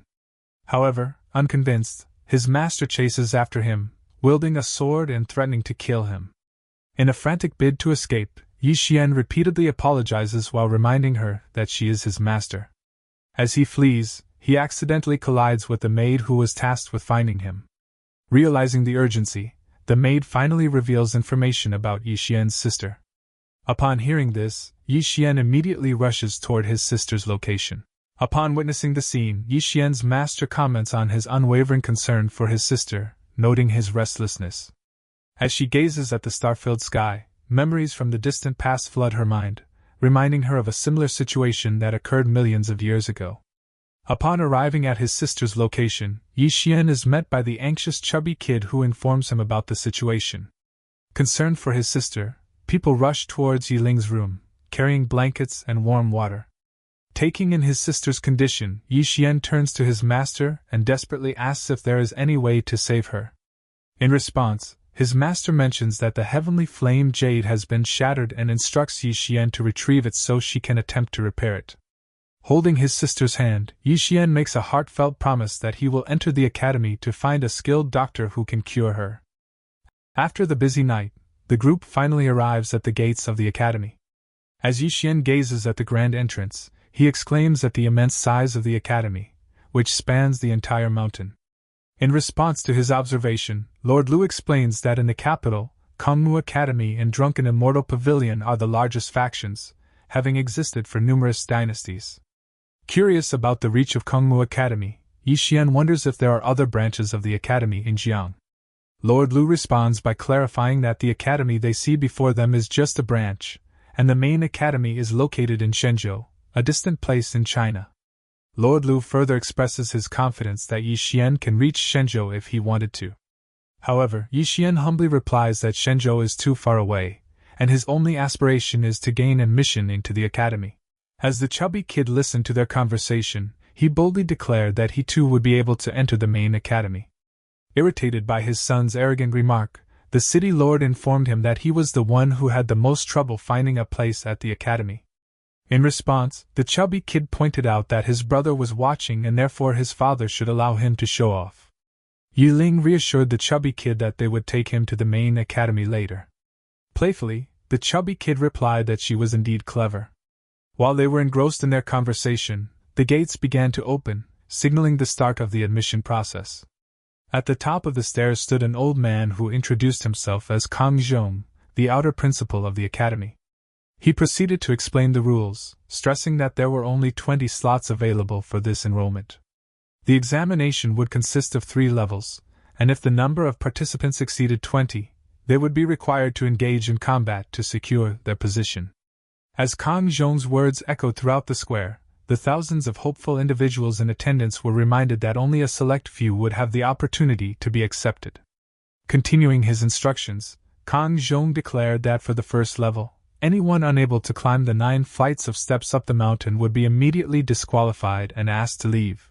In response to the seemingly easy exam, Yi Xian questioned Lord Lu if the difficulty of the examination at Manhua Academy has always been this easy.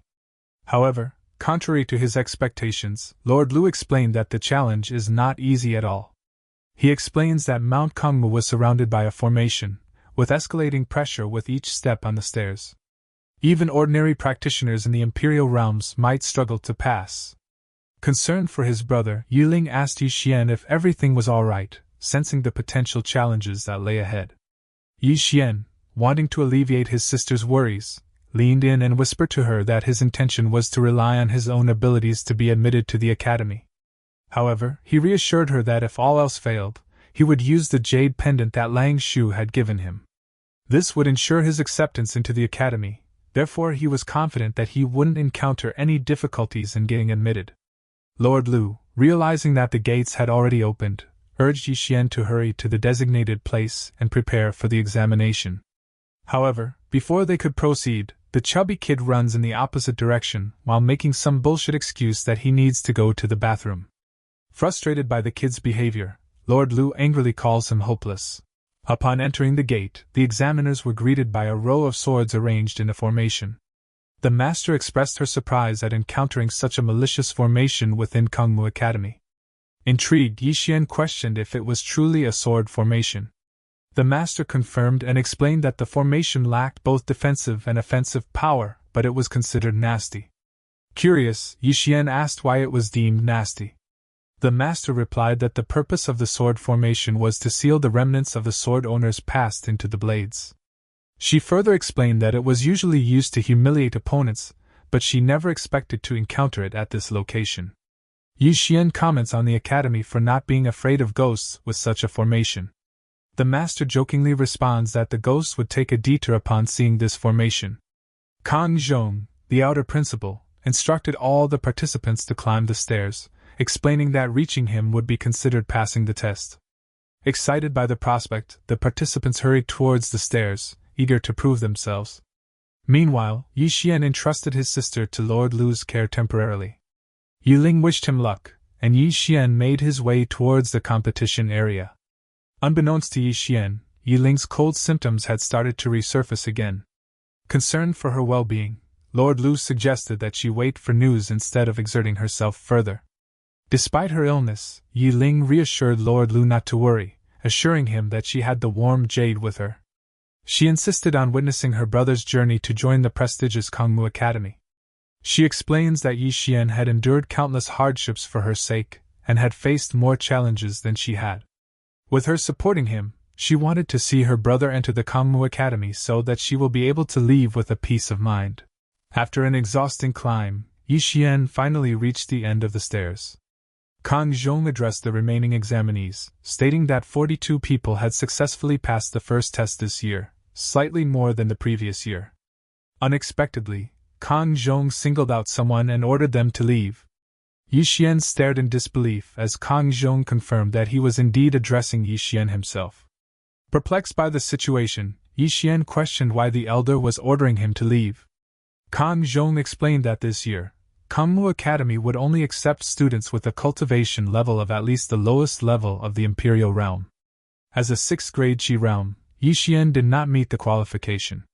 In response, Yixian pointed out that there was no realm requirement when he signed up and emphasized that he had already passed the first test.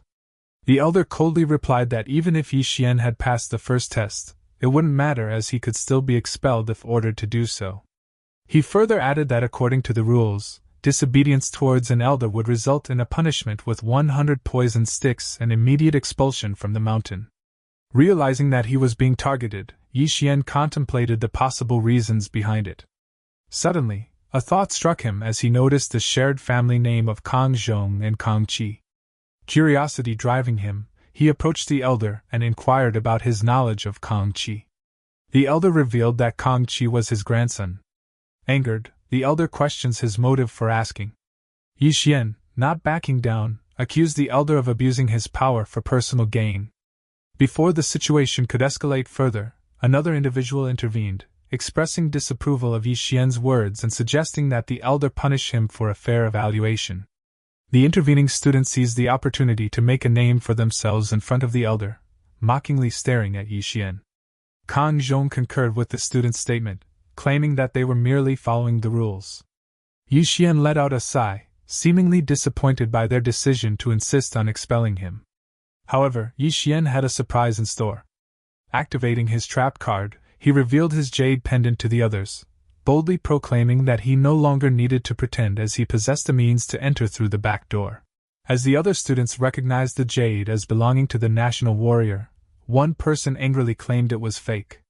Refusing to tolerate the accusation, Yixian swiftly and effortlessly sent the idiot flying into the air with a powerful punch, dismissing his words as nonsense.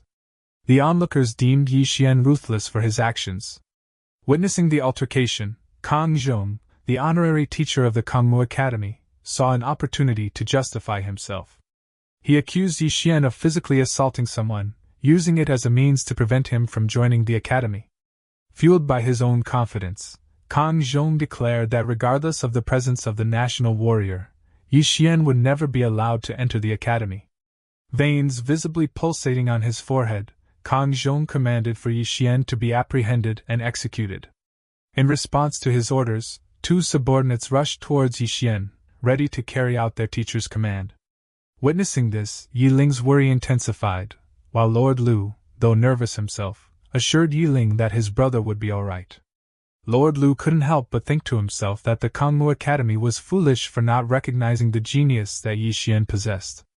Smiling at the scene of the daring fools rushing towards him, Yixian swiftly and effortlessly sent the rushing fools flying past Kang Zhong with a powerful kick as if to mock him.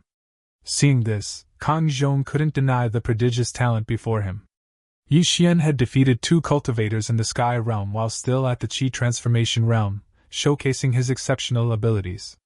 Realizing the potential that Yixian held, Kang Zhong's determination to prevent him from entering the academy only grew stronger. With a smirk on his face, Kang Zhong launched an attack at Yixian, causing him to stagger backward. Gathering his strength, Yixian stood his ground, grateful for his physical resilience that allowed him to withstand the strike from a cultivator of the Sky Realm. Impressed, Kang Zhong commended him for enduring the blow but made it clear that it wasn't enough. In response to Kang Zhong's provocation, Yixian gives him the majestic finger while calling him a bald eagle. Sensing an opportunity, Yixian swiftly dashed towards a nearby building, evading Kang Zhong's pursuit. As Baldy watched him in frustration, a sly smile appeared on his face. He explained that Yixian had unknowingly entered the Forbidden 9 Palace formation without the required key, and therefore trespassed it. He further emphasized that even if he himself were to enter the formation, he would be instantly overwhelmed, let alone a person of Yixian's Qi Transformation realm. Hearing this, Yi Ling turned to Lord Lu and inquired about the 9 Palace formation. Lord Lu explained that the formation was believed to have been created by the ancestor of Kangmu Academy. He revealed that if anyone under the age of 20 managed to break the formation, the headmaster of the academy was obligated to take them as their own disciple. However, Lord Lu added that it had been 50 years since anyone had successfully passed the formation. Feeling a mix of nervousness and concern, Yi Ling anxiously asked Lord Lu about the fate of those who failed the test. Lord Lu's response is grim, as he explains that all those who have failed the test have mysteriously disappeared, with their bodies never to be found. After being sent flying earlier, the student proposed bringing Yi Ling along to watch the show. Kang Zhong agreed with the suggestion, stating his desire for her to witness her brother's demise, which will leave him without a body. In the depths of the academy, a man engaged in meditation suddenly sensed the presence of someone entering the 9 Palace formation. Inside the formation, Yixian found himself questioning his surroundings. Responding to his inquiries is his master, who informed him that he was inside the 9 Palace formation. Reflecting inwardly, Yixian wondered if this was the second test and speculated that passing it might draw the attention of the academy's elders and improve his chances of admission. Unexpectedly, the gears on the floor began to spin, accompanied by the sudden manifestation of several sword-bearing statues. Yixian uttered a surprised curse upon seeing the rock spirits. Without warning, one of the statues swiftly attacked him, catching him off guard and landing a blow on his chest. Astonishingly, the sword began to crumble upon contact with Yixian. As he observed the statue, cracks began to appear, ultimately causing it to explode into countless pieces. Perplexed, Yixian questions his master if it was her who caused it. In response, the master berated him, calling him an idiot. She reminds him that he is practicing the invincible sword body, which allows him to devour any sword that is weaker than the heavenly sword within his body. Yixian embarrassingly replied that he had been afraid for no reason. Having recovered from his fall, Yixian stood up and deliberately provoked the group of statues before him. Outside the formation, the students approached Yi Ling, attempting to take her away. Lord Lu attempted to intimidate them, but the bruised individual interjected, pretentiously explaining that their intention was simply to have Yi Ling collect Yixian's body. Lord Lu remained skeptical and retorted that they were merely talking nonsense. While struggling for breath, Yi Ling stepped in, halting Lord Lu and agreeing to go with them. Lord Lu tried to dissuade her, warning that they harbored ill intentions. Yi Ling reassured him that her brother would be safe. She stated that she would wait outside the 9 Palace formation and welcome Yixian back. With a solemn expression, Lord Lu tells her that he would accompany her and personally greet Yixian. Upon reaching the end of the stairs, Kang Zhong greeted Yi Ling rudely, taunting her by proclaiming that her brother would surely fail. Yi Ling, refusing to accept his words, swiftly called him a liar and expressed her unwavering belief in her brother's success. Kang Zhong dismissed her confidence, labeling her as ignorant and asserting that no one had managed to break through the Nine Palace formation for decades. However, just as Kang Zhong concluded his confident statement, Yi Xian emerged from the formation, surprising both Kang Zhong and the onlookers. Yi Xian, brimming with confidence, couldn't help but mock the Kangmu Academy for their inability to overcome what he considered to be a simple and crumbling formation. In response, Kang Zhong accused Yi Xian of cheating and demanded an explanation for how he managed to surpass the formidable Nine Palace formation. Challenging the accusation, Yi Xian questioned Kang Zhong if he had any concrete evidence to support his claim. The skeptical old man pointed out that Yi Xian's cultivation level was only at the Qi transformation realm, making it seemingly impossible for him to pass the formation.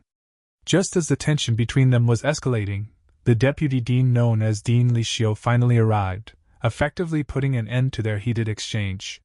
Yi Xian felt relieved that someone capable had arrived to handle the situation.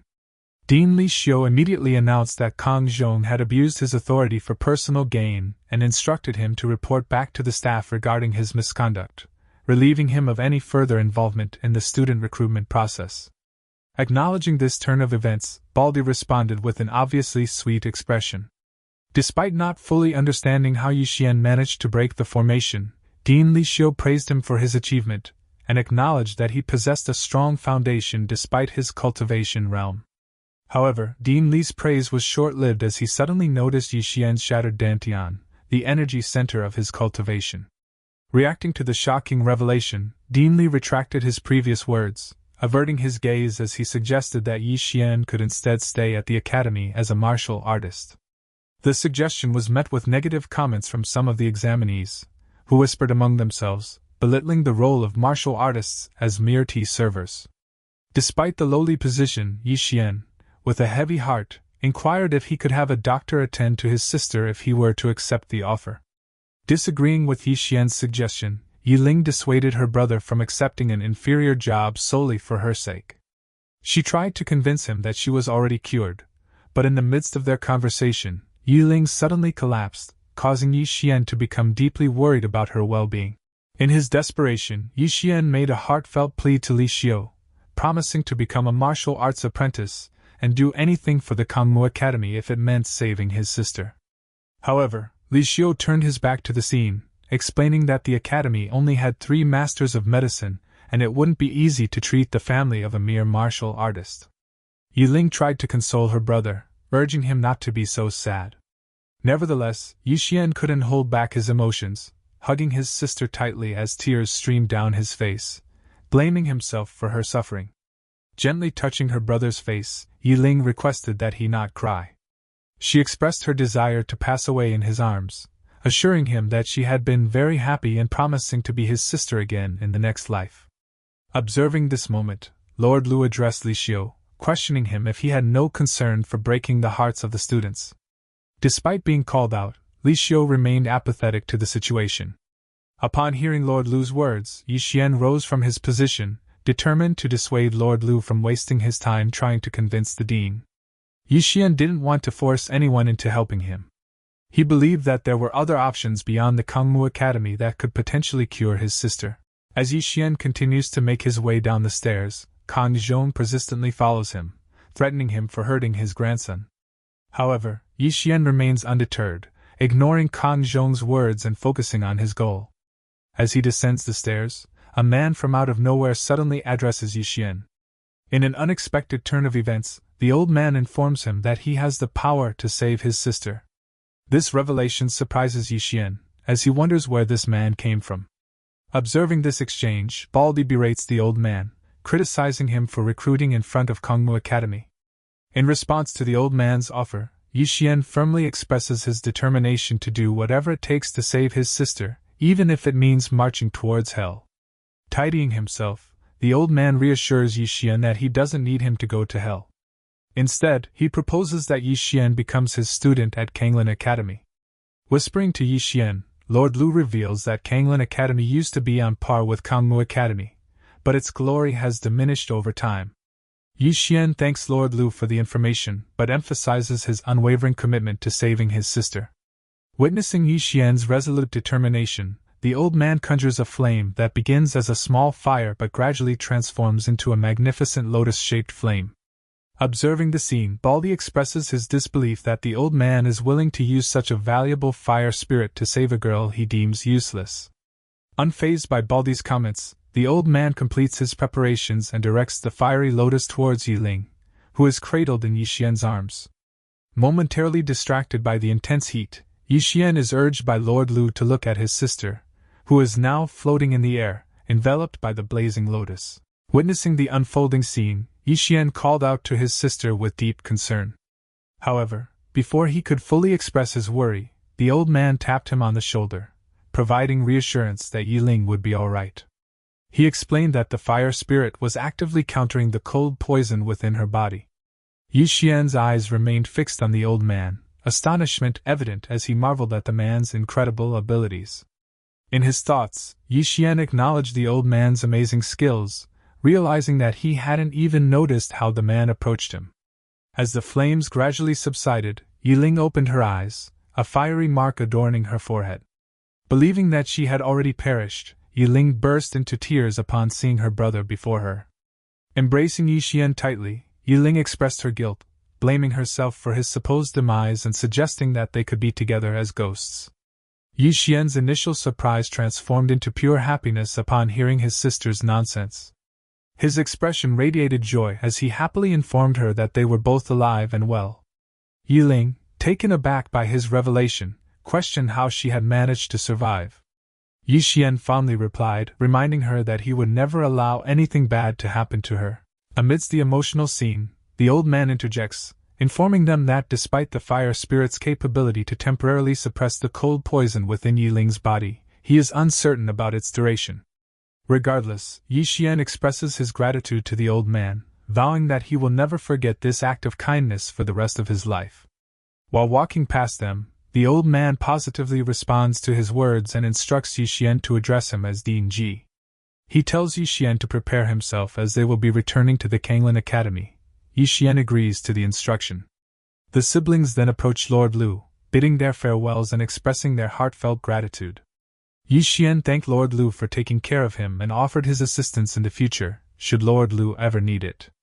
In her own way, Yiling advised Lord Lu to drink less alcohol and take better care of himself. With a teary-eyed expression, Lord Lu embraced them both, urging them to visit him and Lu Ming, the chubby kid, more often. However, Yi Xian noticed something amiss and tapped Lord Lu's back, pointing out his runny nose. Yiling responded with an awkward smile, while Lord Lu brushed off the comment.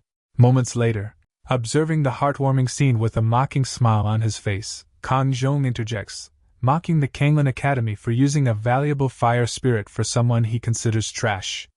Baldy's laughter echoed through the air, his amusement evident as he found the situation to be nothing short of a joke. However, not tolerating his mockery, Dean Ji turned back to face him, his gaze filled with authority, as he orders him to get lost. In an instant, an invisible force struck Baldy, causing his remaining hair to be blown backward and inflicting damage upon him. As Baldy wiped his mouth, he promised that Kangmu Academy would not let this go unpunished. Climbing up the stairs with a mixture of anger and contempt, Baldy looked back at the group gathered below, sneering at them as he calls them blind losers. Upon reaching the academy, the siblings stood in disbelief as they realized the true state of Kanglin Academy. Yi Xian couldn't help but voice his doubts to the seemingly unconcerned Dean Ji. He questioned whether this rundown place was truly their academy. Maintaining his relaxed demeanor, Dean Ji disclosed that they had been deceived into joining the academy and suggested they find a room elsewhere since no one was currently present. With that said, he finally settled himself down for a nap, leaving Yi Xian and Yiling to navigate the situation on their own. Feeling uncertain, Yiling turned to her brother, seeking his guidance for their next action. Yi Xian, fueled by his resolve to make the best of the situation, decided to scout the yard for a relatively clean spot where they could settle. Meanwhile, he instructed Yiling to wait for him while he is looking for a place. Yiling, holding on to a glimmer of optimism, expressed her intention to clean up Kanglin Hall, which will be their new home in this unexpected turn of events. Inside Kangmu Academy, A massive explosion rocks the surroundings, leaving Kang Zhong in a dire situation with a missing arm as he desperately pleads for mercy from the national warrior. In response, Lang Shu sarcastically praises the supposed prestige of Kangmu Academy for daring to give a hard time to someone she personally recommended. Consumed by anger, she unleashes her spear intent, producing an energy of a chaotic dragon as she threateningly orders Li Xiu to make an appearance. Observing the unfolding scene from a distance, the old man who was following Yi Xian stands with an expression filled with a mix of concern. The students in the vicinity bow deeply with extreme fear, overwhelmed by the intensity of the unfolding situation. As he watches the chaos that his lady is causing, the old man declares that the worst has come, emphasizing the lady's fury and highlighting the gravity of the situation that has unfolded. In response to Lang Shu's call, another representative from the academy greets her as he questions the reason behind the national warrior's anger. However, before receiving an answer, Lang Shu aggressively lunged with her spear while demanding to drop his act. The guy swiftly defended himself with a shield technique, but Lang Shu's force shattered his defense, causing injury to his hand.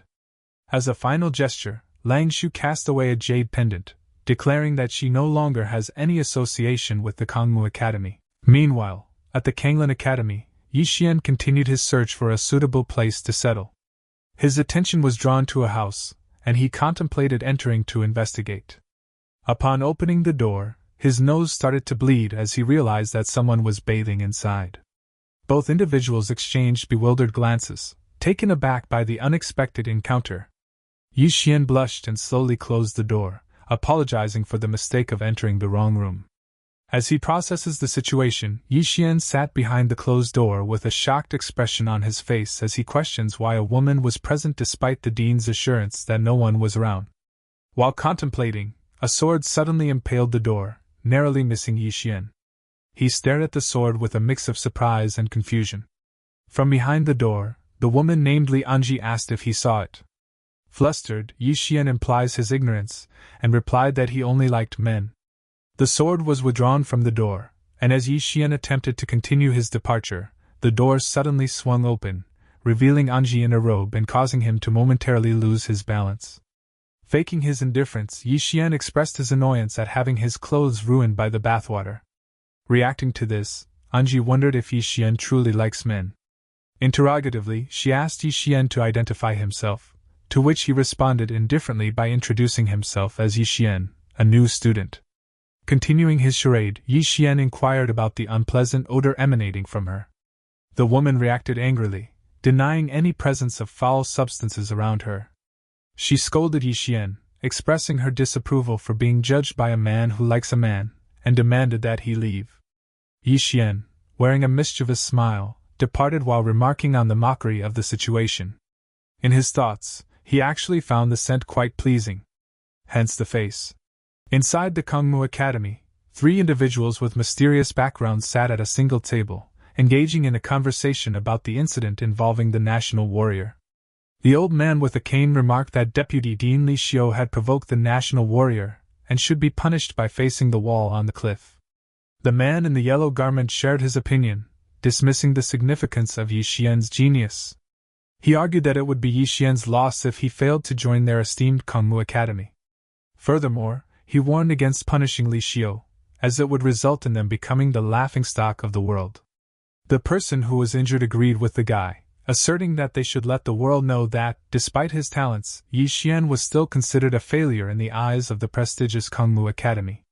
The man in the yellow garment added a foreboding remark, suggesting that one day, Yi Xian would suffer the same fate as the students of Kanglin Academy, having their souls sealed inside swords in Kangmu Academy, never to be reincarnated. Meanwhile, as Yi Xian returned to the hall, he was greeted by a table adorned with delicious-looking dishes. His mouth watered at the sight, and he couldn't help but compliment the food, asking Yi Ling where she got them. With a shy smile, Yi Ling revealed that she had made the dishes herself when she came across the vegetables while cleaning. Yi Xian praised her with a thumbs up, appreciating her culinary skills. Unexpectedly, Dean Ji joined in, complimenting the food and remarking that it had been a long time since he had enjoyed such a good meal. This caught Yi Xian off guard, and in a comical tone, he called out Dean Ji for eating without them. To add to the surprise, Anji appeared, holding an empty bowl and requesting another serving. Yi Xian looked at her with a puzzled expression, wondering where she had suddenly come from. After they finished their meal, Yi Xian turned to Ding Ji and asked for guidance on what he should study at the academy. Ding Ji responded with a vague answer, explaining that the academy's educational philosophy was about freeing nature from constraint. Curious for a more specific answer, Yi Xian inquired about what that meant. In a dramatic fashion, Ding Ji stood on top of the table, placing one foot on it, and proudly declared, "Self-study!" This surprised Yi Ling and left her speechless. Later on, Yi Xian decided to rest on top of the roof, observing the beautiful moon while reflecting on Lord Lu's remark about Kanglan Academy's decline. In response to this, his master appeared and asked him if he regretted joining the academy. Yi Xian replied to his master, informing her that he had nothing to regret.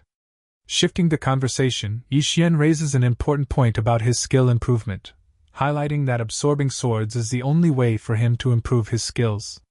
Meanwhile, standing at the gate of the Kanglan Academy is Lang Shu, accompanied by the robed elder. The elder questions his lady on why she decided to come to the Kanglan Academy. Lang Shu replies that she should say hello since her little Xian is here. The next morning, Yi Xian was rudely awakened by the dean, who informed him that someone was looking for him at the bottom of the hill. As he walked down the hill, Yi Xian yawned and wondered aloud who would disturb his dreams so early in the morning. Lang Shu, in response to his remark, casually apologized for interrupting his pleasant dream, mentioning that she might have chosen the wrong time to visit. Yi Xian cleverly replied that his dream was indeed enjoyable, but now it had become even better since he could see Xiaoan, addressing her with an affectionate name. Playfully, Lang Shu punched Yi Xian on the chest and asked when he had become so smooth. Intruding to this affectionate interaction was a red-haired man, who found himself captivated by Lang Shu's beauty. Reacting to the presence of this third person, Yi Xian asked him why he was staring. The man boldly replied, questioning Yi Xian about what was wrong with appreciating what he is seeing. Yi Xian inquired if the guy still intended to continue staring, and the guy confidently affirmed his intention. They briefly held each other's hands, as if preparing for something intense. However, their moment was abruptly interrupted by the dean, who commanded them to step aside. Addressing the two, he emphasized the importance of unity and mutual assistance among students of the same academy. Upon hearing this, Yi Xian questioned the dean about the guy's membership in the academy, reminding him of their previous conversation where they had discussed there being only 2 members. Reacting to this, the guy sought clarification and asked if there were truly only 2 members in the academy. The dean, who suddenly appeared behind the guy, wisely informed him that there were actually 3 members, including himself. The guy reminded the dean of their previous conversation, where the dean had claimed that Kangmu and Kanglan were the same.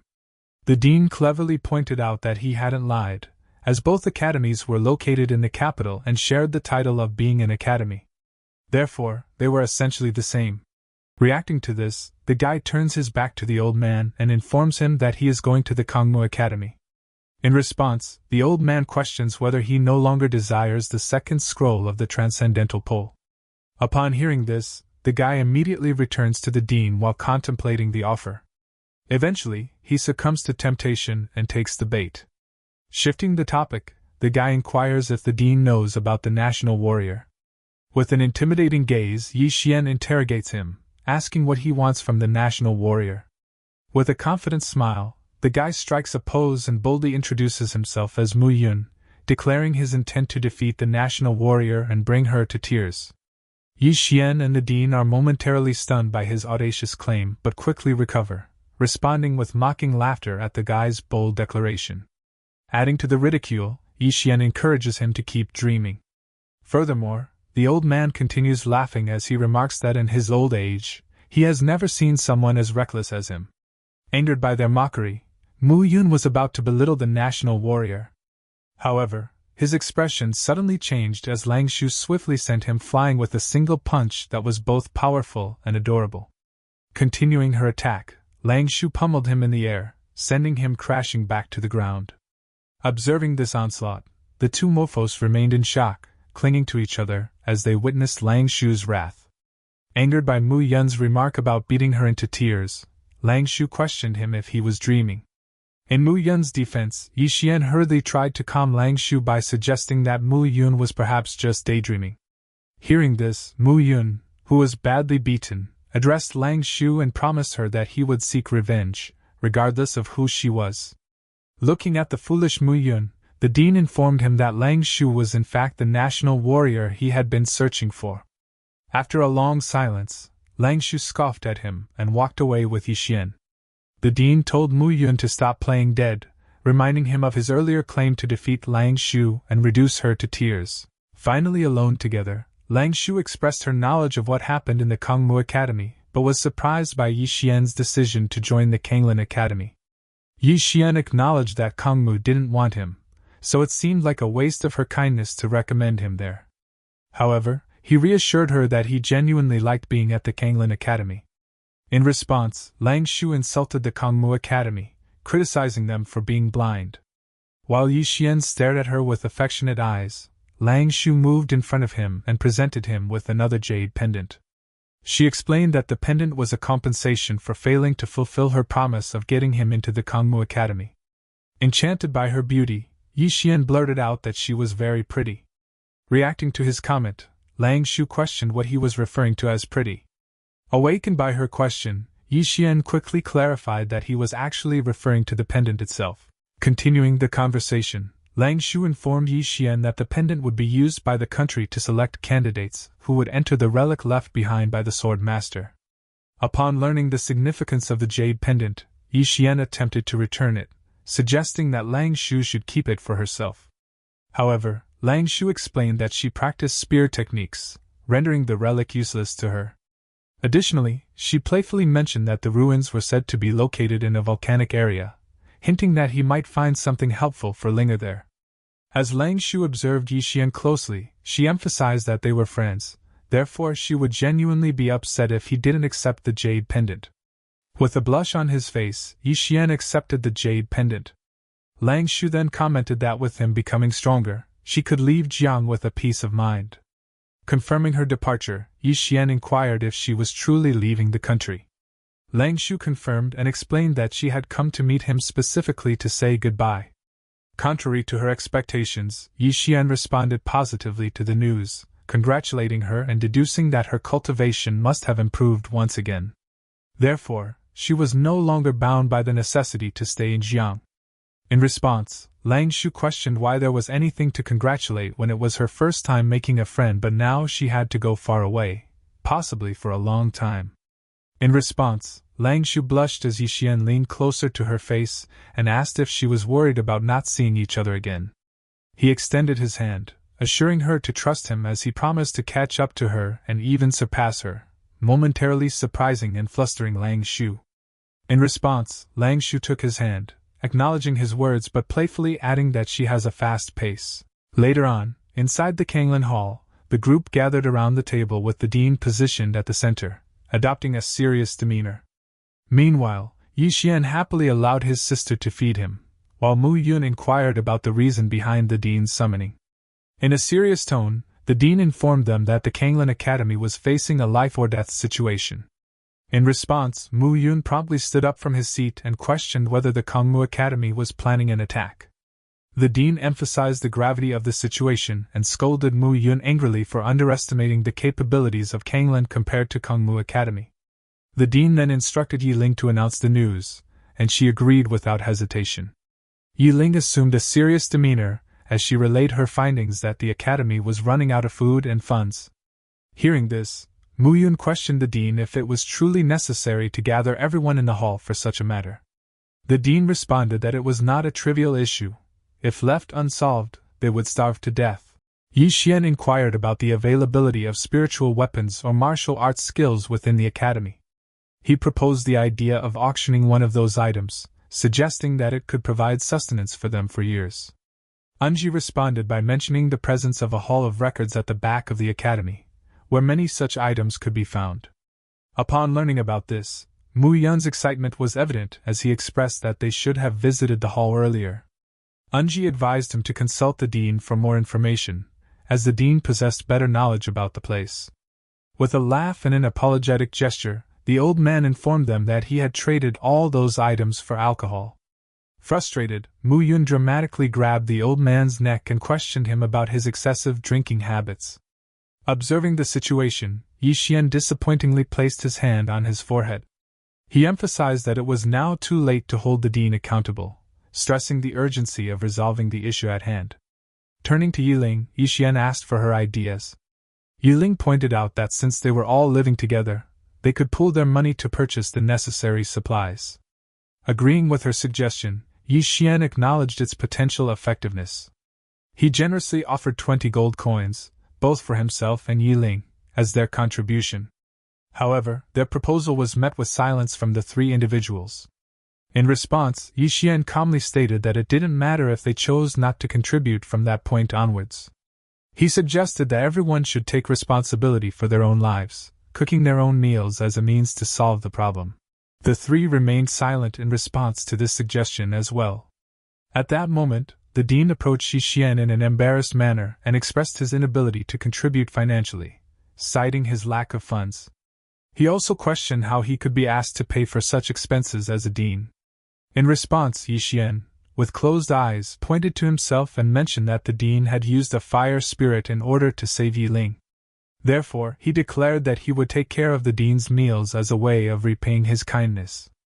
With a happy smile to the dean's face, he expressed his approval of Yi Xian's words. However, upon opening his eyes, he noticed that Anji was giving him a threatening look. Understanding her message, he nervously exempted her from contributing, recognizing it as a way to make up for his previous mistake. Observing this interaction, Mu Yun deduced that imitating Anji's behavior would also exempt him from contributing.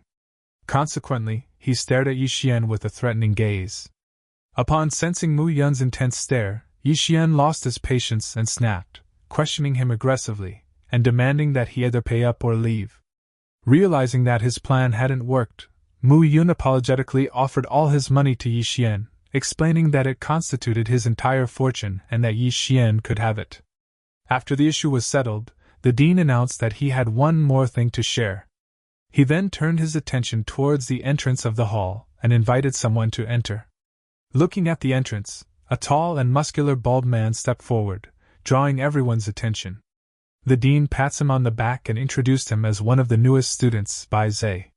As everyone approached him, Bai Zhe greeted them in a monk-like manner. He introduced himself as Bai Zhe, hailing from Mount Mang in the north. Mu Yun, whispering to Yi Xian, expressed his eagerness to witness the newcomer's abilities. Sensing something amiss, Yiling questioned her brother, inquiring if there would be any trouble. Yi Xian responded, stating that Bai Zhe was not an ordinary person and predicting that Mu Yun would likely be defeated. Mu Yun initiated a conversation with Bai Zhe, presenting a false rule about new students needing to pay a protection fee. Bai Zhe calmly questioned the necessity, mentioning that he didn't require any protection and wondered if he could be exempted from the fee. Mu Yun retorted as he prepares to strike, warning Bai Zhe that refusing to comply would lead to a fight. In a swift motion, Bai Zhe caught Mu Yun's hand and proceeded to twist his arm, causing Mu Yun to grimace in pain. Mu Yun pleaded, requesting Bai Zhe to stop and clarifying that it was merely a misunderstanding. Interrupting the altercation, Yi Xian stepped in, assuring Bai Zhe that Mu Yun was merely testing his skills and meant no harm. Bai Zhe, noticing Yi Xian's grip on his arm, attempted to break free, but to his surprise he found himself unable to do so. As Bai Zhe and Yi Xian exchanged casual glances, Bai Zhe secretly contemplated his inability to break free. After his romantic eye contact with Yi Xian, Bai Zhe finally agreed to release Mu Yun. Bai Zhe praised Yi Xian, expressing his admiration for finding someone stronger than him. In response, Dean Li introduced Yi Xian as a skilled swordsman but with a broken Dantian. Reacting to this, Mu Yun questioned whether Yi Xian was the person considered as trash by the Kungmu Academy. Upon hearing Mu Yun's comment, Yi Ling retorted by calling Mu Yun the actual trash and declared that she would no longer be cooking for him. Observing Mu Yun, who was pleading for forgiveness from Yi Ling, Bai Zhe inquired about his identity. The dean responded, stating that Mu Yun possessed impressive physical abilities but seemed to be retarded. Both students became concerned about their future interactions with the fool. The dean then addressed them and suggested that since they were now acquainted, it would be advantageous for them to run errands together and further familiarize themselves with one another. Later on, in the capital's market, the trio found themselves amidst a bustling crowd of people. Mu Yun commented that the market was pretty crowded and expressed his desire for Linger and the others to accompany them. Approaching Yi Xian, Mu Yun mentioned that Linger was cheerful and cute, and he admitted to having an admiration for her. Reacting with anger and a clenched fist, Yi Xian questioned Mu Yun's audacity to show interest in his sister, and asked if he had a death wish. Mu Yun quickly clarified, stating that his admiration for Linger was of a friendly nature. Changing his target, Mu Yun turned to Bai Zai and asked how he had been fooled by old man Ji.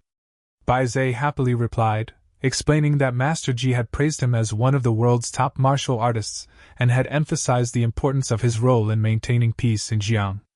As Yi Xian started to walk away, Mu Yun asked Bai Zai if he genuinely believed what Dean Ji had told him. Bai Zai innocently replied that he indeed believed what he was told.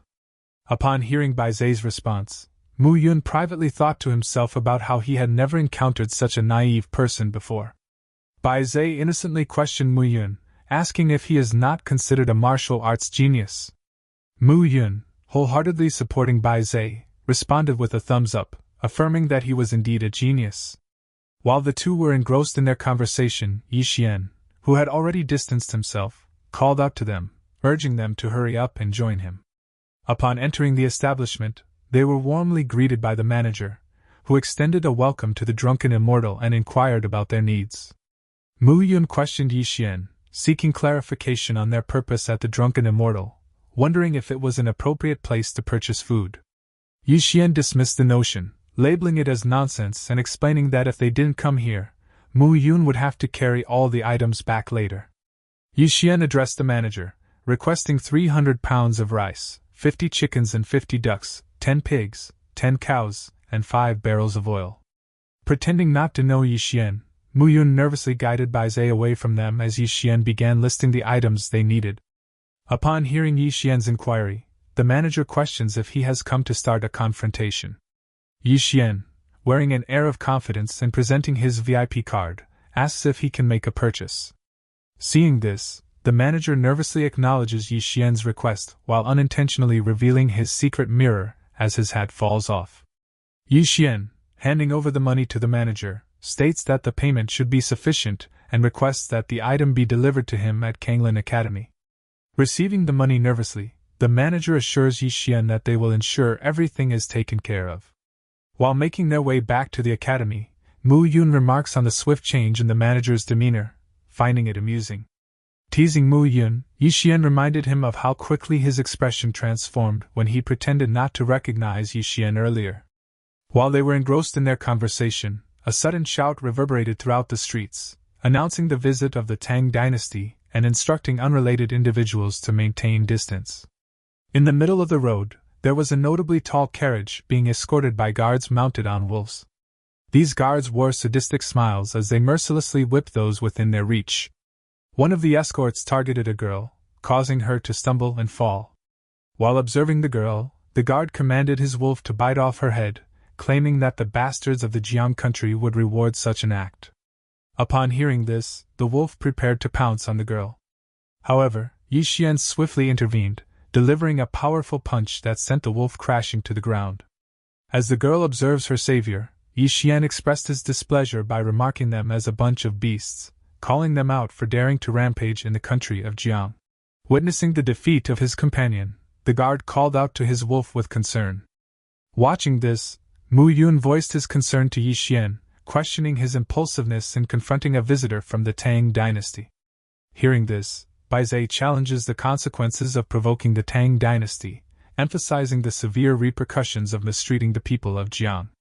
After tearing a piece of cloth and approaching the girl, Yi Xian offered words of reassurance, advising her not to fear and assuring her that everything would be fine. Grateful for being saved, the girl expressed her thanks to Yi Xian. Holding his wolf by his side, the guard called out to Yi Xian, confronting him for daring to take the life of his wolf. Angered, the guard rallied his companions, urging them to avenge their fallen comrade by attacking Yi Xian. Yi Xian instructed Mu Yun to ensure the child's safety while he dealt with the situation. With a remarkable leap, he delivered a powerful punch to one of the guards. Mu Yun, captivated by Yi Xian's fight, acknowledged the impulsiveness of his actions but admits to feeling a thrill of excitement from it. Shortly after Mu Yun made this remark, Bai Zai swiftly joined the battle, instructing Mu Yun to look after the girl while he provided assistance. Reacting with frustration, Mu Yun calls out Bai Zai for stealing his line. After expressing his thoughts, Mu Yun cleared his throat and kindly offered to accompany the girl on her way home. Returning to the fight, Yi Xian swiftly disabled one of the duos with a skilled kick. Sensing another guard preparing to strike Yi Xian, Bai Zai swiftly intervened, delivering a powerful blow that brought the assailant down. With a sense of pride and camaraderie, Bai Zai expressed the importance of facing battles together.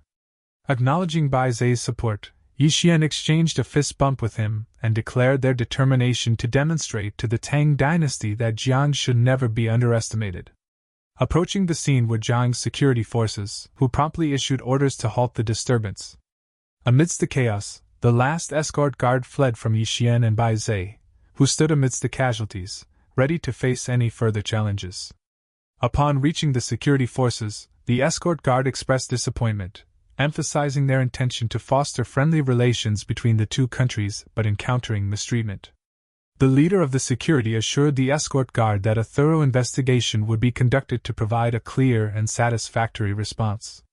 One of the security personnel informed their leader that Yi Xian was the individual who was known to be a trash.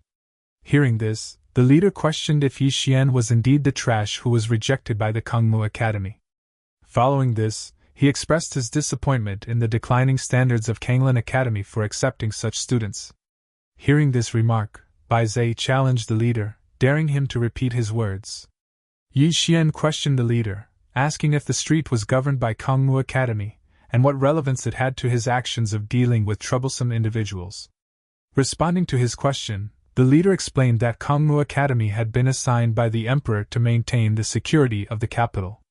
Yi Xian pointed out that the troublesome individuals had been harassing innocent people without the security's intervention, but now that they are here, he questioned whether the security's presence meant they were defending the kingdom of Jiang or the kingdom of Tang. Responding with a smug expression, the leader dismissed Yi Xian's words as empty. The leader swung his spear at Yi Xian, stating his intention to teach him a lesson and labeling him as trash. Yi Xian countered with a powerful kick, creating a big impact on the ground. Despite evading the direct attack, the leader failed to escape unharmed. Being outclassed, the leader wondered why the trash described by the vice dean differed from what he had witnessed. As he emerged from the dissipating smoke, Yi Xian prepared to strike with a punch, surprising his opponent. The leader happily received the onslaught of attacks, ultimately ending the fight. Following this, Yi Xian addressed the students from the Kangmu Academy, inquiring if there were any others willing to challenge him. The group responded with silence and fear evident on their faces.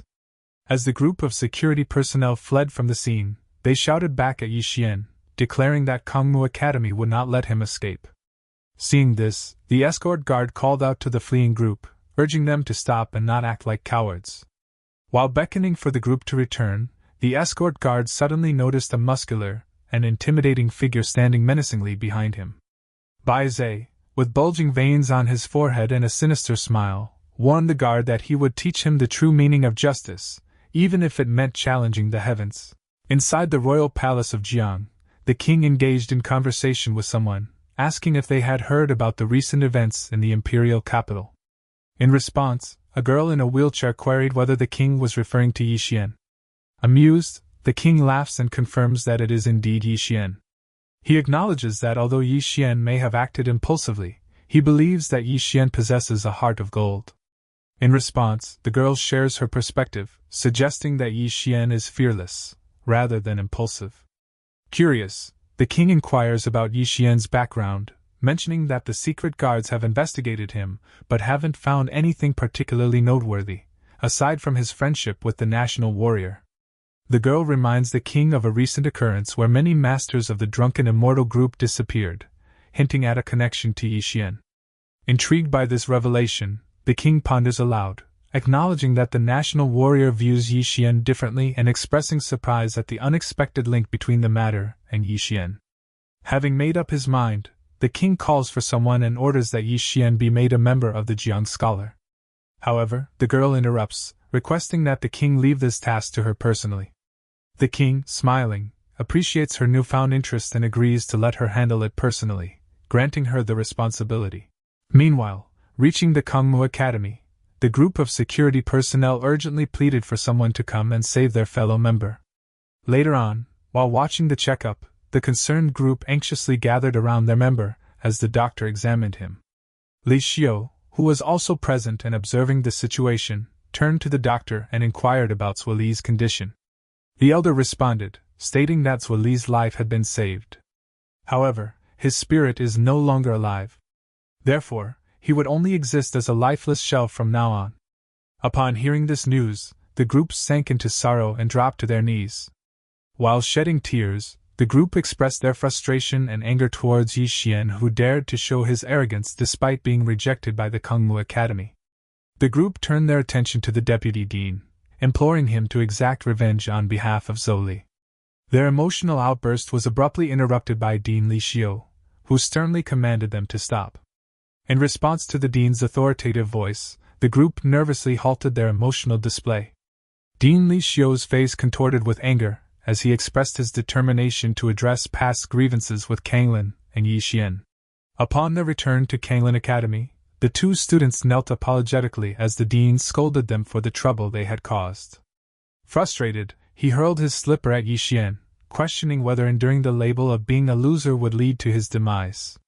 Yi Xian swiftly caught the slipper, firmly expressing his belief in confronting and overpowering bullies to earn respect. As Yi Xian spoke, Bai Zhe fully supported his viewpoint and agreed with his words. Bai Zhe clenched his fist and passionately described his own encounter with a monster in Mount Meng, conveying his belief that running away or showing weakness will only exacerbate the threat. Instead, he advocates for confronting the challenge head-on and asserting dominance, suggesting that by demonstrating greater cruelty and strength, the opposition will yield and be intimidated. As Bai Zhe delivered his impassioned speech, a powerful weapon suddenly hurtled towards him with lightning speed, striking him directly in the face. The dean dismissed the incident, adamantly rejecting their reasoning and questioning whether he needed to be educated by their group. In the blink of an eye, Yi Xian moved behind the dean and began massaging his shoulders with an awkward smile. He jokingly pondered how they could dare to educate the dean, suggesting that they temporarily withdraw and return when they had grown stronger. The dean stared at Yi Xian, his face contorting into a sarcastic expression as he praised his talent for massaging.